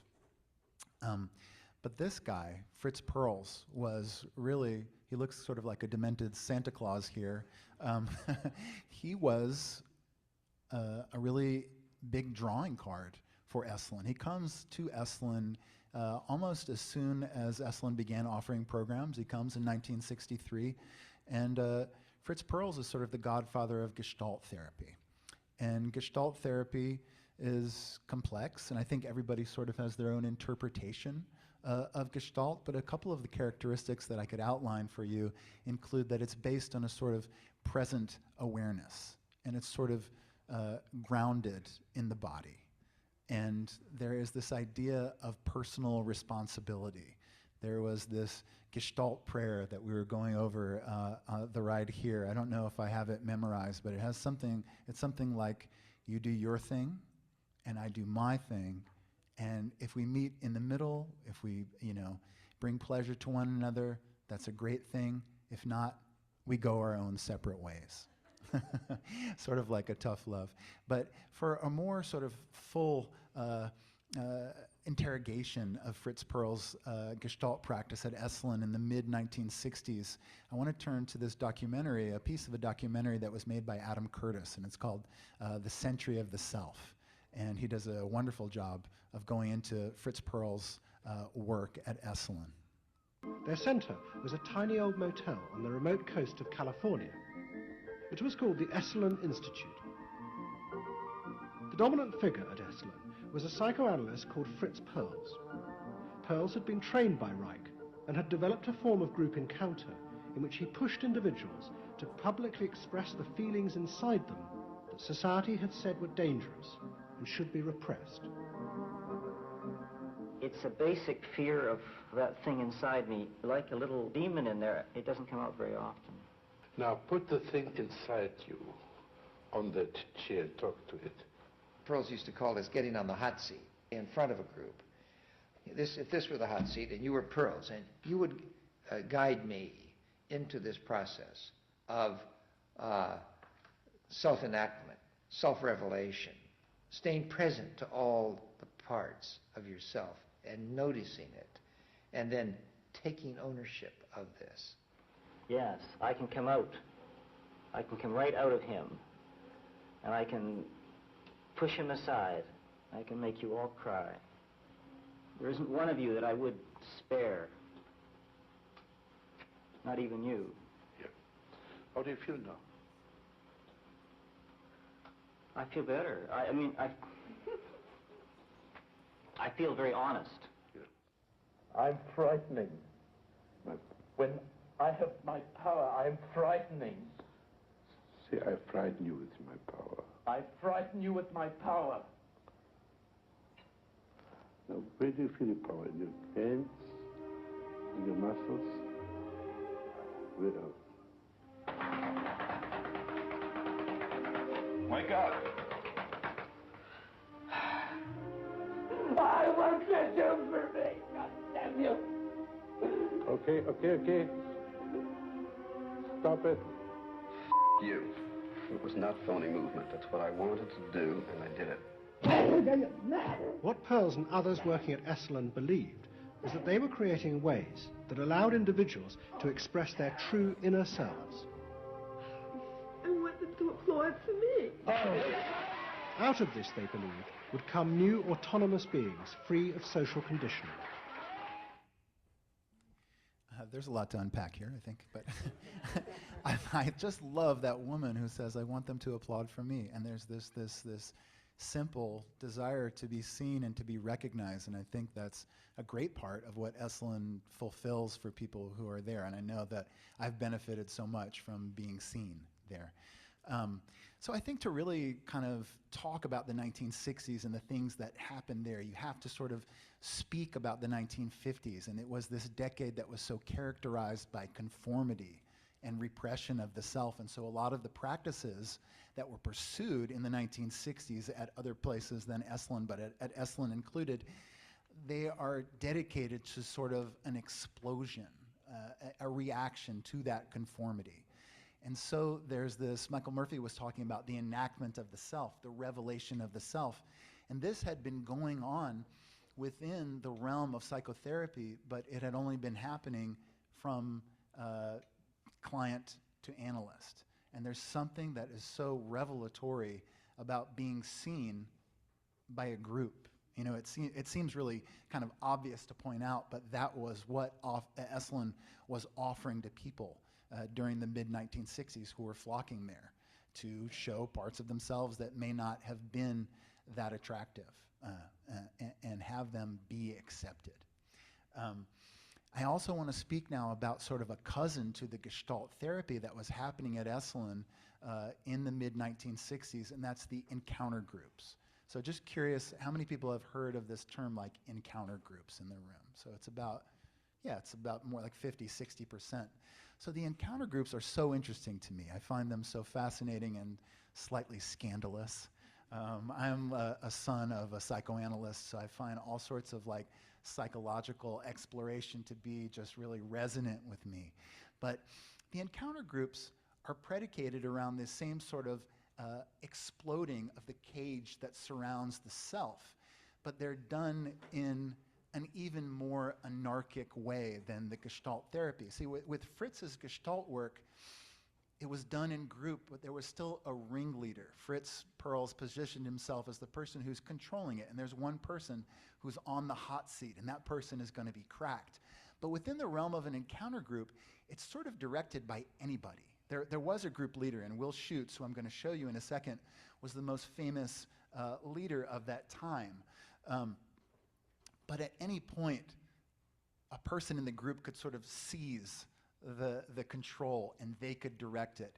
And these groups were really predicated around a sort of confrontation and a sort of truth-telling that could be enormously helpful and instructive, but it could also be fantastically irresponsible and hurtful. So with that in mind, I'll show you a piece of a 69 documentary that was made at Esalen. It's called Here Comes Everybody.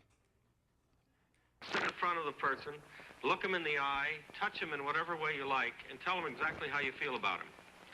I'm not sure how much is true and how much is an act. Like, I get the idea that so much of you is just an act. You know, like even when we were walking around feeling each other's faces, that you were just sort of inside sort of laughing. You're cold, you're dead looking, you're dead acting. You come on to me with this cool facade, I don't believe, I think you're scared shit underneath it. Hey, something bothers me about you. A lot of people have said things to you, and you're always like, you make a statement, and then you retract it by saying, I don't think. I asked you a question about what I imagined. She said something, somebody before, and it's always like, oh, I'm not doing this, I don't think. And it's like, Yeah, I get a very wishy-washy feeling about, you know, like... Don't blame me. What I'd like you to do is look each other right in the eye and hit this as hard as you can and keep going and scream at each other as you do it. Scream as loud as you can and hit as hard as you can. Keep it as long as you can.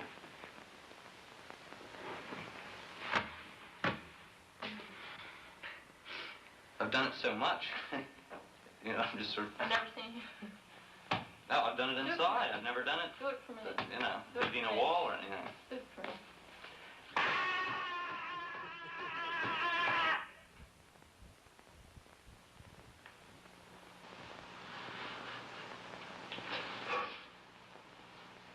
There you go. Don't do it again. There's a lot there. There's a lot there. I mean, it's sort of opaque in a certain way to try to figure out what went on in that scene. I love that movie so much. It's so early Esalen. It's so California culture. But you know, I've spoken to a lot of the elders at Esalen, and most of them have gone through the encounter groups because they were so popular at that time. I mean, from about 65 to the early 1970s, encounter comprised probably about 20% of the catalog offering, some form of encounter. People were really drawn to this work. Again, I think because people are looking to explode from that sort of conformity. And again, this is also the decade of people engaging in psychedelic work, which has this same sort of like atomic bomb element of sensibility, right? It's like, we don't know what's going to happen. We're going to fucking change from whatever it was before.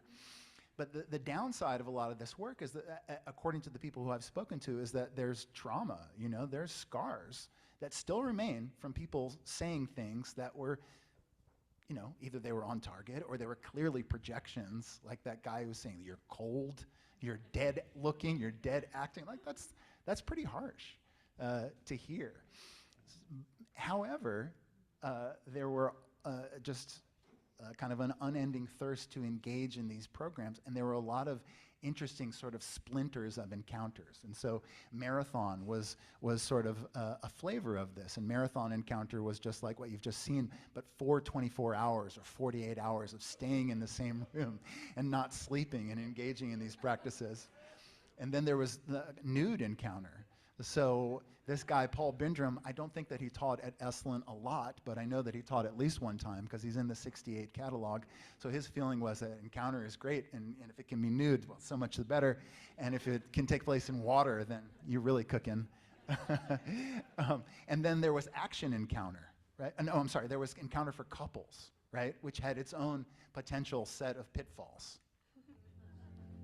Will and I used to lead couples groups together, and I'm afraid I may have caused some divorces. As I said, we were always going for the energy. And I came up with the idea, well, tell your 3 worst secrets. And encounter groups, that worked pretty well. You know, people just would really dig up stuff. You know, that stuff they'd never said out loud in their life and never expected to, and then they'd say it out loud, and it would be a healing thing, it seemed. But when we did it in couples groups, people were like admitting to affairs they'd had, and then that led to divorce. So if anybody out there, if I ruined your marriage, I'm sorry. Luckily, there was a workshop for that. I want to take a moment just to sort of, before passing the mic on, to talk about the ways that how do we react with Gestalt these days? You know, now that we've sort of abandoned encounter for realizing that this is probably insensitive, it probably doesn't, now with sort of a deeper understanding of trauma, we're probably not going to engage in these practices. And probably the way that we engage with Gestalt is going to be a little bit different than it was in the 1960s. However, Gestalt still has a really important presence at Esalen Institute. And one of the ways that it's sort of transmogrified and become sort of part of the daily fabric is the practice of the check-in.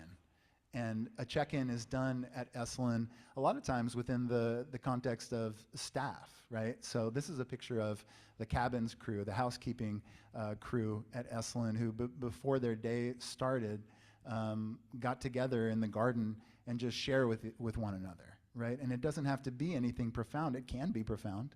It often is profound, but sometimes it's just pedantic. And it's just the act of checking in with one another and sharing sort of what is going on with our lives that can be transformative because, especially within the working context, it's not necessarily normal to hear like a full expression of a human being, but that happens at Esalen, and it's part of the reason that I've wanted to stay there, that I've been there for a decade. And also just the idea of a body-centered practice, of being in nature and feeling being present with it, like the way that Sadia has led us through these practices. There's something special about that, and that is sort of a descendant of the Gestalt psychology. Just last week, we had a really wonderful group called Spirit Awakening come from Los Angeles. And it's a kind of a youth group that has been impacted by the juvenile justice system. Some of them have been through the juvenile justice system. Some of them are just similarly systems impacted. But they came to Esalen and spent a week with us. And while they were there, they engaged in the check-in practice every single day. And it was just fantastic to see how that practice can influence everybody's way of being. And this sharing practice, again, it's not complicated. It's rather simple, but it can be transformative. These days, there's a couple of upcoming workshops that are sort of the descendants of the Gestalt practice. Andrea Juhan, she was a recent podcast guest on Voices of Esalen. She's fantastic. Check out that episode if you do check out the Voices of Esalen podcast. But she's teaching a movement-centered class called Libido. So it's sort of centered in the body, but it is a way to access psychology, right? It is enormously psychological, but again, the entry point is the body and its movement. And Andrea was a student of Gabrielle Roth, the originator of the 5 Rhythms method back in the 1980s, as well as engaging consistently in the Gestalt work of Dick Price during that time. And Dick Price, the Esalen co-founder, was a student of Fritz Perls and sort of transmogrified Fritz Perls' work into a sort of a kinder, gentler, more patient, but nonetheless incredibly effective Gestalt work. Chandra Easton is coming this fall. And Chandra Easton does contemplative Buddhist practice, but one aspect of her work is this thing called FYD, or Feed Your Demons, and this desire to touch upon sort of the shadow aspects of ourselves is absolutely indebted to the work of encounter, when sort of the ugliest parts of our being were invited out. And there's something extraordinarily efficacious about this, I think. And then we have September 13th and 15th, we have Sadia Bruce leading the Power of Breath, Embodied Liberation. And I want to give Sadia just a second to speak about her upcoming course. Yeah, and so we're talking about, kind of descendants of Gestalt practice. And while, I've never really been a student of Gestalt practice, but this idea of like tapping into human wholeness through the body has been very important to me, and kind of my practice as someone trying to survive in a world that often feels as if it would prefer I did not. And so this Power of Breath is a really beautiful experience. I've done it probably half a dozen times now, but it's really just, it's a little informed by this yogic idea of the koshas, that we have sheaths of the body, and that they all sort of have to be tended to in order for us to experience, bliss. And so this experience, it kind of takes us through the koshas. It also allows us to be with breath in ways that are expansive, from the most subtle to the most, opposite of subtle, the most gross, like primal screaming and shaking and all this kind of stuff. And it has been very, very, very powerful. And I'm finding too that, as the world changes and as our audience at Esalen becomes more and more expansive, we're starting to draw just a more kaleidoscopic group of people. And man, does everyone need a little bit of primal scream therapy and a little shaking and a little just being with breath. And then to add to that this element of community, it takes it somewhere so powerful. Yeah. Thank you. Thanks for sharing that. Definitely. Thank you.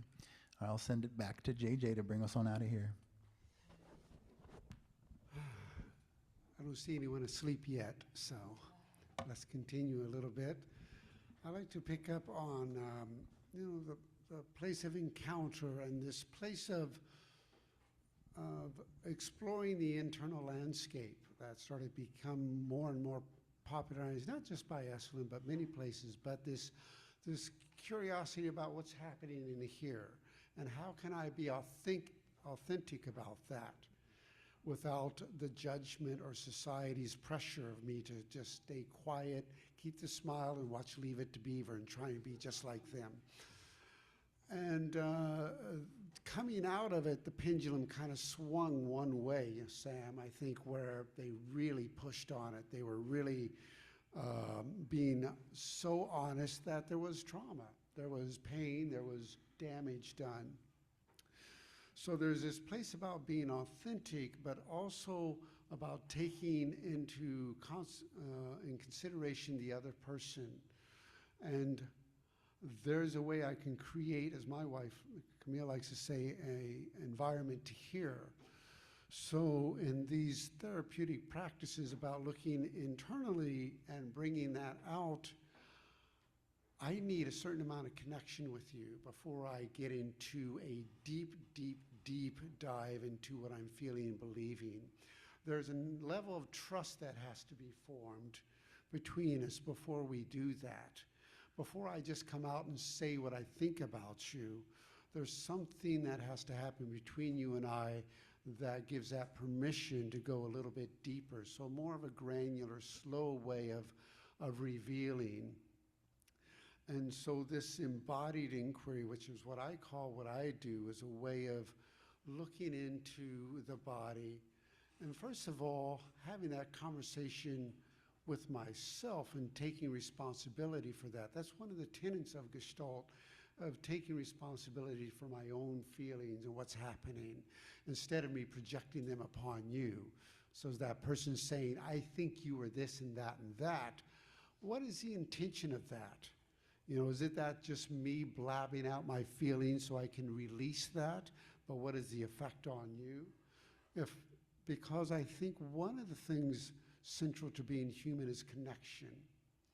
This connection piece, one of the things I'm very interested about. One of the things I do at Esalen, I call Pathways to Joy. And I'm interested in how we connect as people without words, because we are doing it without words all the time. We're looking at this face and all these muscles, over 40 muscles here and over 10,000 expressions. How are we connecting to one another? And we're doing that by watching each other very carefully. We're watching the body. We think we're connecting through words, but it's mostly through the body. And so when I am expressing this inner landscape to you, there's a way I project that with my body. Some ways I can tell what you're thinking and doing just by watching your face. So there's this piece of, in the service of connection, I'm being a little softer. I'm looking first of all, what is my intention? What am I wanting? What is my place in this relationship between us two, or between me and the whole group here? And taking my responsibility for that first, and then how do I deliver that to you in a way that you can hear it? This is the thing of a group therapy, one-on-one couples therapy. It's all, how do we find this common ground to communicate, of being able to express myself, but in a way, a lot of times when I talk about myself with my partner or with somebody close to me, I say, what you do makes me feel a certain way, instead of what you do makes me feel bad, right? When you do these actions, I feel a certain way, I'm taking responsibility for my feelings. And so one other thing I do at Esalen, I do private sessions with people. I'm very curious about, what is our pathway? What is our way through life? How do I find the pathway I want to be on? And there's lots of ways of doing this. And what I focus again is on the body, because the body is a reliable tool for helping us on this journey. which I call embodied inquiry. So in that, what I'm doing is following, now I'm going to another aspect of connection, the connection with the self, and how do I connect to my body. The body gives me signals. You know, pain is a signal. Pain in itself isn't bad. It's just a signal saying, come here and look, there's something going on that I need you to attend to. So the mind wants to kind of run the show and make projections about what this is all about. But the body speaks through the sensation. That's its voice. It doesn't have thoughts. It doesn't have an actual voice. It's the sensations of the body. So when I'm with people who are in emotional distress or trying to find a pathway or just trying to find what decision do I make in my life, I'm using the body as a compass. And that compass is mostly through the sensations of the body. So the more detailed we are about the sensations in the body, the more the body yields up its information. So when I'm having this conversation with my body, I'm not trying to fix something. I'm not trying to get rid of anything or trying to say what it means. I'm letting the body have its own conversation. Sometimes when I judge an emotion in my body, I freeze it. It becomes stuck. It's a way of freezing energy in the body. So when I'm doing a session with someone, I'm just watching all the sensations that are happening and what they're doing. So some words for sensations will be hot, cold, tight, loose, vibrating, pulsating. They can have a color or a shape.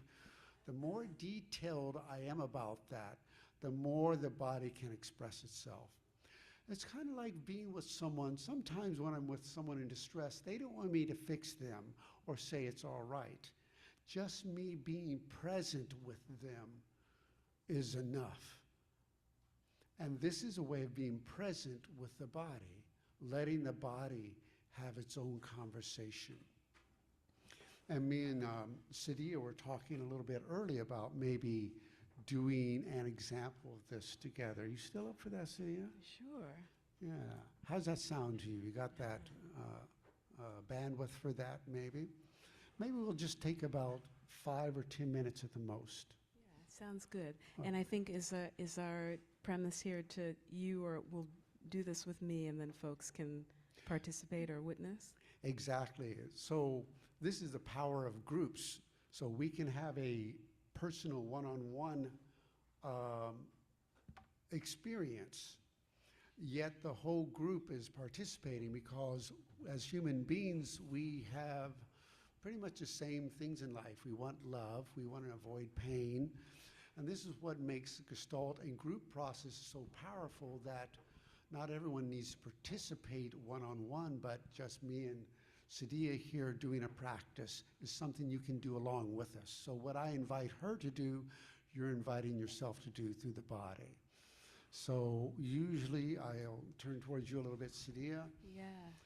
I'll confess right now, I'm a 4 on the Enneagram, and so as we do this, I'm trying to call up the most kind of painful memories so that I have material for folks to observe.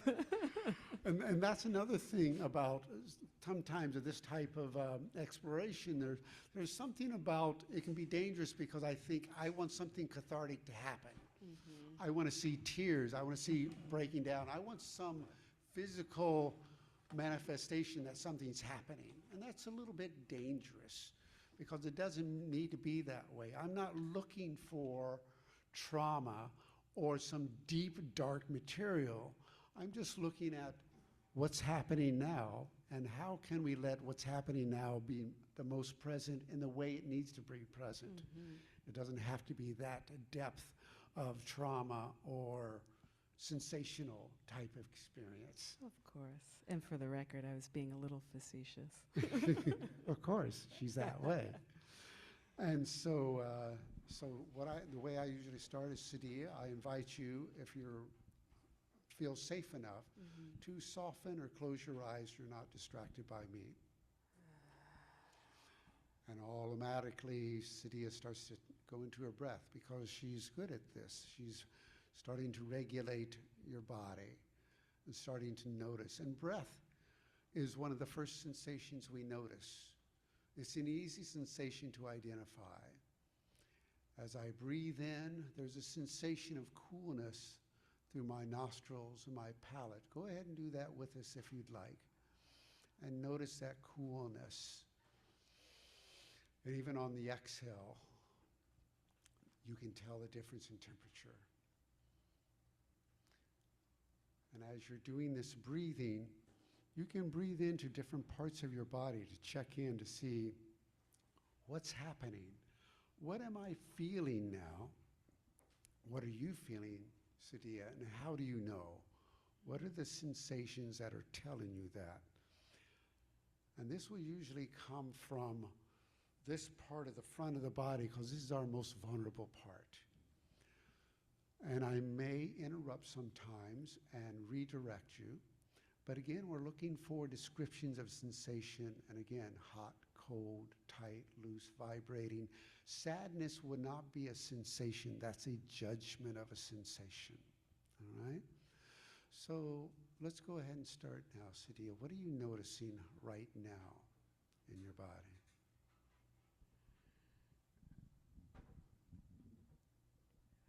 Noticing a tightness at my occipital ridge, the back of my skull. Great description. You're very pinpointing about where it's at. And is that tightness, is it tightness from the inside pulling in or from the outside pushing in? It actually feels like it's coming from the neck up the back of the skull. Great. It's coming from the neck up to the back of the skull. And does that have a shape or a definition to it? What does it look like to you? Does it have a color or a heat or a coolness? It's just a very broad brush stroke. It's like black ink that I see.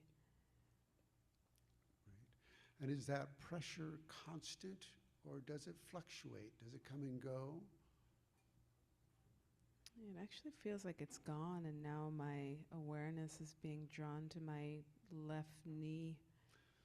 And this is interesting to notice because as we start to watch the body, I believe it feels permission to start exploring now. So it's not uncommon to have different things start to show up now because the body feels, I believe, more permission to express itself. So let's go to the knee and what's happening there. A little bit of a throbbing sensation. Maybe it's heat that I feel. Yeah. Would you judge that throbbing as pleasurable or painful or just curious? I say it's pretty neutral. Neutral moving towards unpleasant. Okay. And is the throbbing predictable, like pulsating, or does it come and go? It's almost like a generalized, maybe throbbing isn't the word, it's just like this glow. Great. And as you sit and watch that now we're going to slow down a little because you're getting pretty good at identifying these sensations. As you sit and you watch that, what happens with you just watching the sensation? How does it react to your attention and your presence?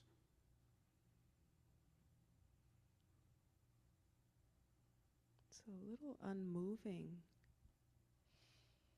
And what does unmoving look like? How do you know it's unmoving? I can still feel that heat or that kind of glow, the warmth is still there. Great. And then just being with the unmoving part. Not seeing that unmoving as good or bad, but just letting it be as unmoving as it wants to be.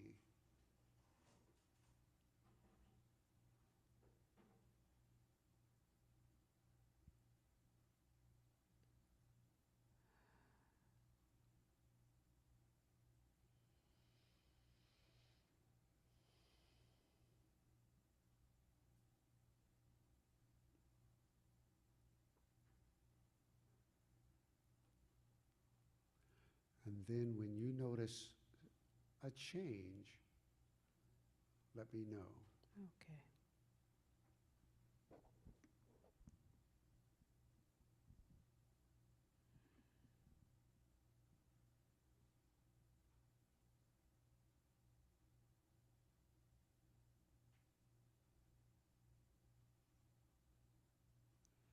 It's shifting a little bit from below my kneecap to inside the knee. So you're inside the knee now. And what is happening inside the knee? It's more heat. So more heat. So we're starting to move through the body. We have more heat. Now we've been kind of talking about some things that are slightly uncomfortable. And to bring more balance into the body, keeping your pin in that heat in the knee area and also the base of the skull. Find an area in your body that seems to be doing well or even really well.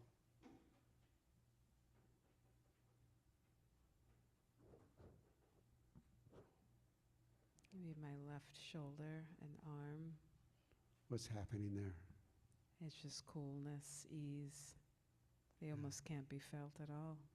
Yeah, very subtle. Good feelings are more subtle than painful feelings. So just now bring your attention to that arm and the coolness. And then at your own pace and on your time, go in between the knee and the arm and the base of the skull and notice what happens when you do that.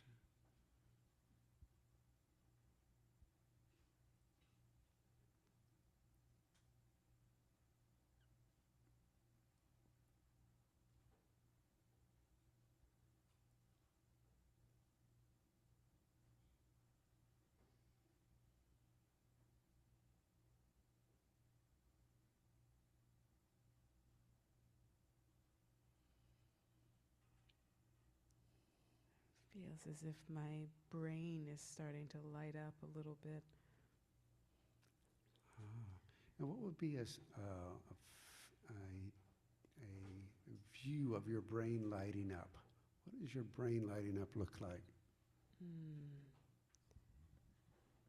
I don't have a visual, but what I do have is my heart is starting to tighten a little bit. The heart is beating a little faster. Yeah.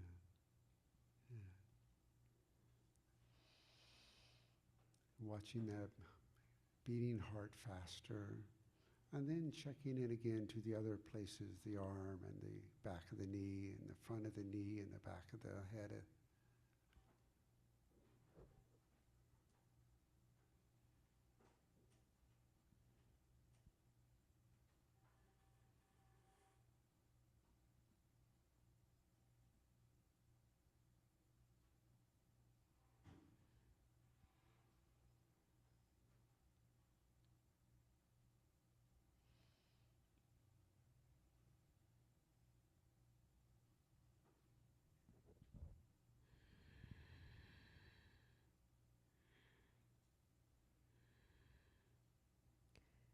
Yeah, it's a little dizzying. Dizzy, yeah.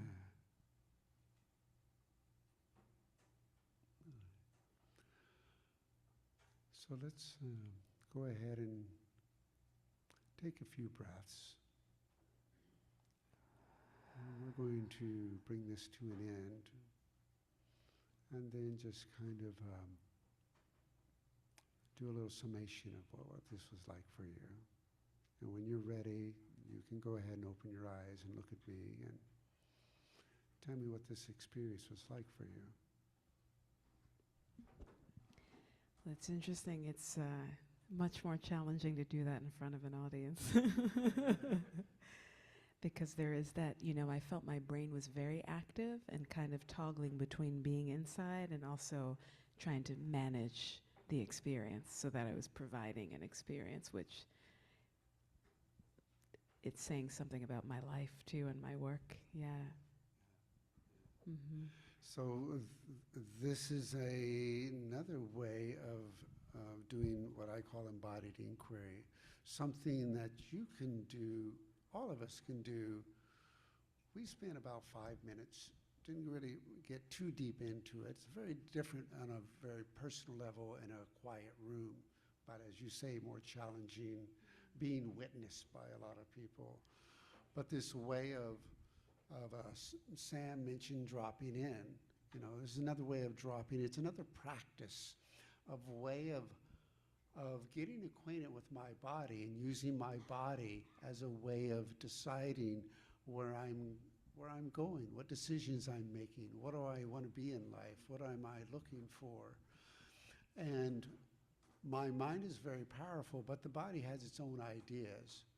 So this is a way of getting the mind temporarily out of the way. The mind's not really engaging in this process except to pretty much chronicle what's happening. And from this, we get more answers. We get, I think we call it another intelligence, you know, where these things come in, such as channeling or energy work or astrology. There's other intelligences out there. I like to use the example of the scientist trying to figure out a problem, and he goes out for a walk in the woods, and all of a sudden it comes to him. So this is a way of activating another intelligence. This is the woo-woo part of Esalen. Another intelligence out there that we all know is out there, but it's we don't activate as much intentionally.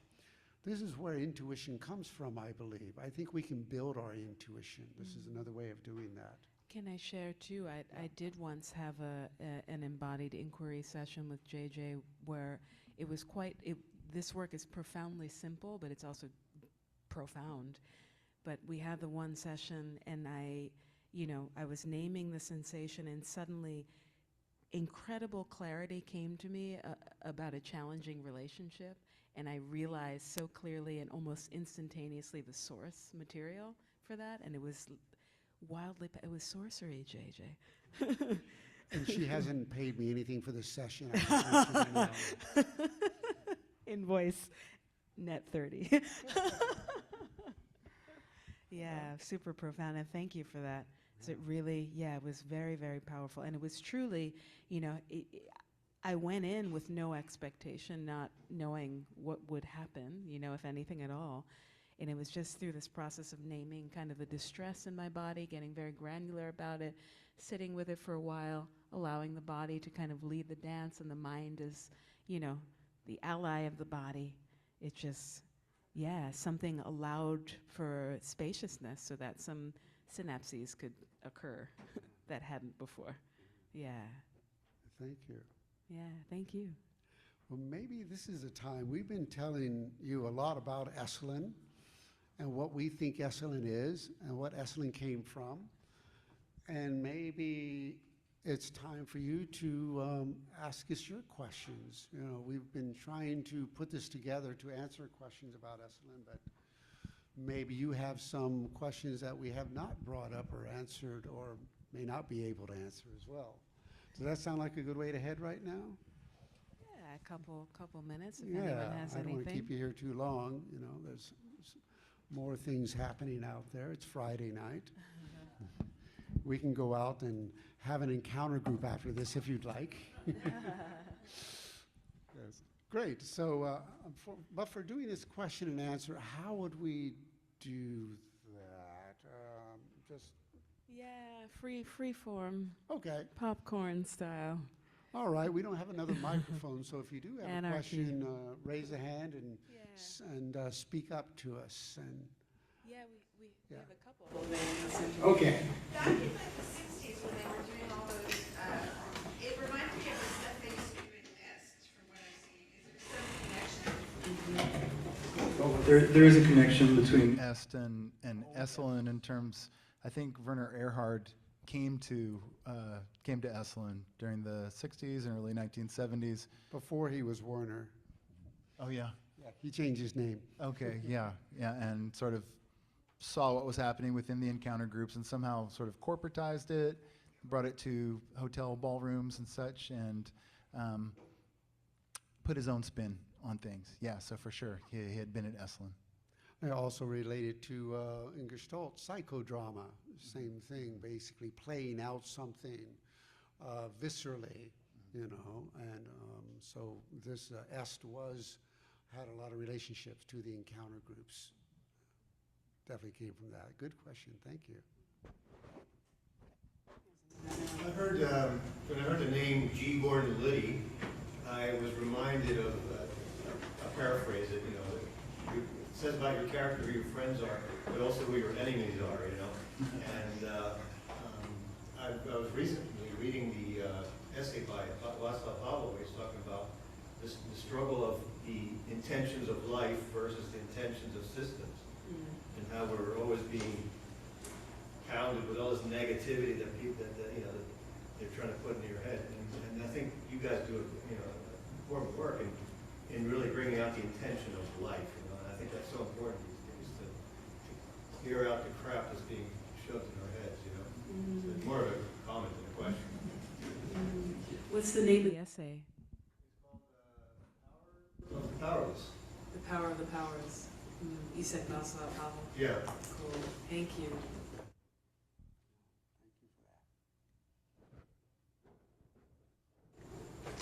Over there. Do you know, or can you speak to the significance of the land prior to Eslen's existence? Maybe for indigenous people, it seems like it's a pretty important place geographically. About Esalen. Yeah. Can either of you speak to some of the reconciliation work? Yeah. What I know of course, this is all a very, very, very tender subject, especially now. It's really brought a lot of attention to it, and I think it's a good thing. What I will say is that Esalen's always had a great relationship with the tribe. They teach at Esalen, they do land blessings, they do sweat lodges. There have been healing and reconciliation work with the tribe.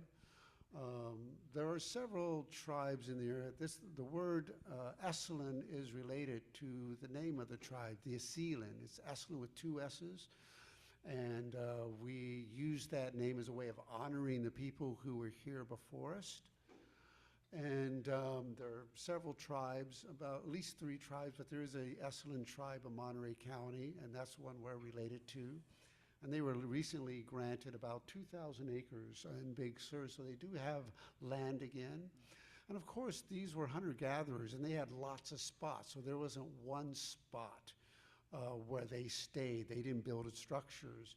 But the land that we have is very powerful because there are grave sites here, there are power points, but they love high places. There's a place called Pico Blanco, a mountain, and the lighthouse near Esalen. So there's a lot of places where they deeply identify with, not just one place.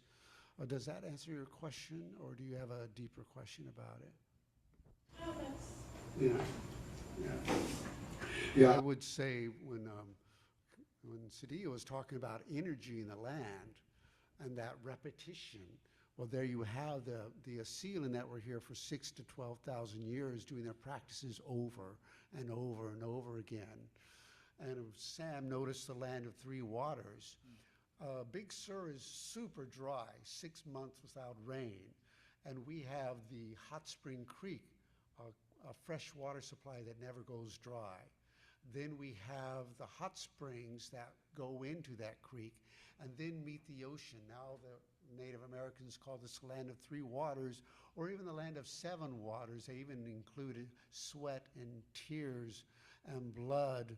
So they brought all these different elements of fog as well, so it's a land of 7 waters. So it's a very powerful place because it has the things for sustainability, not just sustaining the body, but sustaining the spirit and the heart. So it is a very, very powerful place, very energetic, if you believe in that sort of thing, which I do.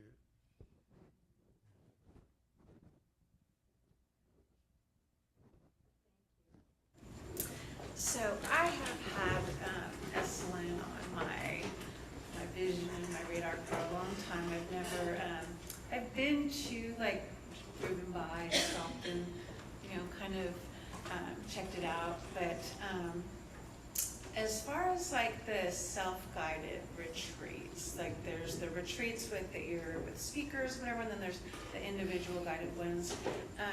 What does that look like when you do that? Are you just like on your own and like bring your journal and your watercolors and do whatever, or what does that look like? It looks like one of the best ways to visit Esalen. Yeah. And basically, you can come for a weekend, Friday to Sunday. You can come Monday to Friday. But essentially, it's like a lightly scaffolded experience that you self-direct. And so we have, during the week, the 5-day period, I think something like 14 classes on offer. One of them is Sam's AI class. There's morning movement every morning. There are classes in the afternoon, sometimes in the evening. And so you have these little touch points, and you can attend all of them, but you can also come, bring your journal. We have this place called the Art Barn, stocked with very basic art supplies. You go in there and do some art making, spend your whole day at the baths. And so it's you stewarding your time and deciding how it is you want to engage with the land and with the people who are there. I found, too, that folks who come as strangers, as a informal self-guided cohort, they end up leaving as friends, which sounds quite cheesy, but it's really what happens because of the potency of the land, and just, I think we do community like no other place. Yeah. Another thing I'll bring to that is Esalen's had all these workshops, which are great, wonderful workshops. But you can take that same workshop outside of Esalen, closer to you and a lot cheaper. Yet people are coming to Esalen to take the workshop there. There's a magic sauce of Esalen. There's this energy and a power of connection that happens there. Unfortunately, if I'm taking a workshop at Esalen, I'm inside about 6 hours a day. And I'm missing the Esalen sauce, right? So the self-guided experience to me is a way of finding my own path. I can take a workshop and it's really beneficial if I have something I want to learn specifically. But when I talk about finding my own path, finding my own joy, finding my own magic, the self-guided experience is saying, come here. We have a bunch of practices you can try. You don't have to adhere to anyone, but find the practices that matter to you, that will help you in that life outside of Esalen, the everyday dance. So for you, it may be meditation, it could be dance, it could be yoga, but we give you, it's like a smorgasbord of experiences and practices that you can take with you. And that's why the self-guided experience, I think, is the most powerful thing happening at Esalen right now. Yeah. Sadia is one of the people designing that. Yeah, and it's also, we get a lot of folks who repeat the self-guided experience at different points in their life, and their experience is quite different each and every time. And so that's also kind of the power and the beauty of it, is that you're really driving the ship, steering the ship. Exactly. Yeah. And a lot of people who've taken a lot of workshops at Esalen, they don't want to do a workshop anymore. They just want to be at Esalen because they've realized that the power is just being at Esalen and having deep connection with the other, with the self, and with the land. Yeah. And you get to see me and more of Sadia and Sam that way too. As if they haven't had enough. Oh yeah, you're done. It's Friday. What time are we done? I think we are, unless there are any other questions. If you have more questions, one more. we're hanging out here. Oh, is there another question? Sorry, double dipping. I've been reading a lot about music and the mind, music and health and things like that. Is music any part of any the techniques that you use at Esalen? Yeah, I know JJ uses it. I certainly use it in my breathwork practice. It's actually done to music, and I'm often playing a little hand percussion, and so rhythm is a fundamental part of it. And that allows us to sometimes enter something like a trance state or experience, the entrainment and the group coherence. So that's definitely something I dip into. And a lot of my breathwork, too, I do using this music of a famous Nigerian drummer who used to pass through Esalen a lot. His name was Babatunde Olatunji. And those rhythms are super potent and powerful from the Yoruba tradition. So we use those, we anchor the breath to those rhythms and we experience something. Yeah. And when we talk about altered states, and we talk about experiences, experiences are what change our state. And music is one of the most powerful experiences. I can listen to 3 different songs and feel 3 different ways with those 3 songs. So music is a way of changing our state. It is so powerful, it's nonverbal and very bodily oriented. I may not be able to speak another language in a country, but if we have music, we speak the same language. We're right there. And I use music as a way of focusing as well. I do a sensory awareness chakra guided meditation. And so I use music as a way of giving the mind something to focus on and relax. So music relaxes the mind and it helps me feel better. As I feel better, the mind feels less and less of a need to be into the sauce of it. It starts to recede a little bit. So music is, for me, one of the most powerful things. And there's all sorts of music. There's music we create, and there's music of the wind blowing, the music of the breath, the music of the buzzing of a bee. Music is just another way of talking about the impression of sound upon this energetic body. And I love all of that.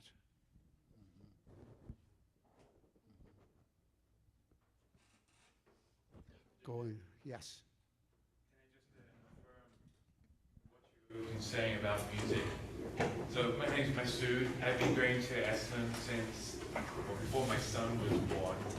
He's been going there since you've been as a baby in the belly. Now he's 14. And I've been going as a musician to support yoga teachers there. My beloved Hisian Shaman, we're doing a retreat at the end of September there.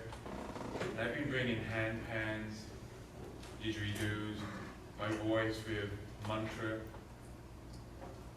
and supporting the people that come there has been one of the most enriching experiences of my life.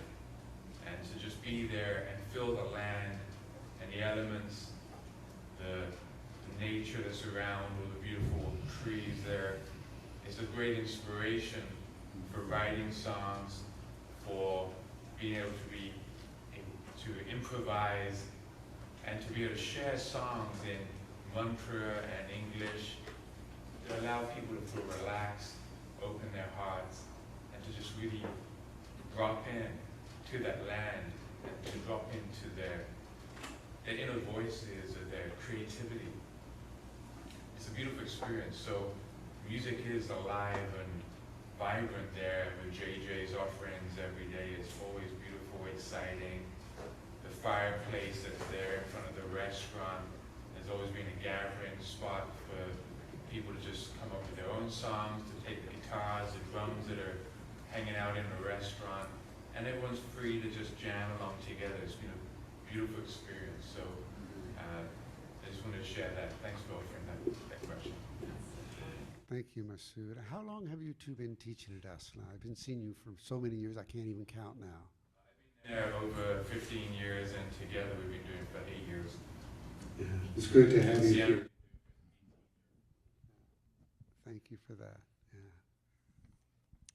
Thank you, everyone, for joining us this evening. Thank you. Thank you so much.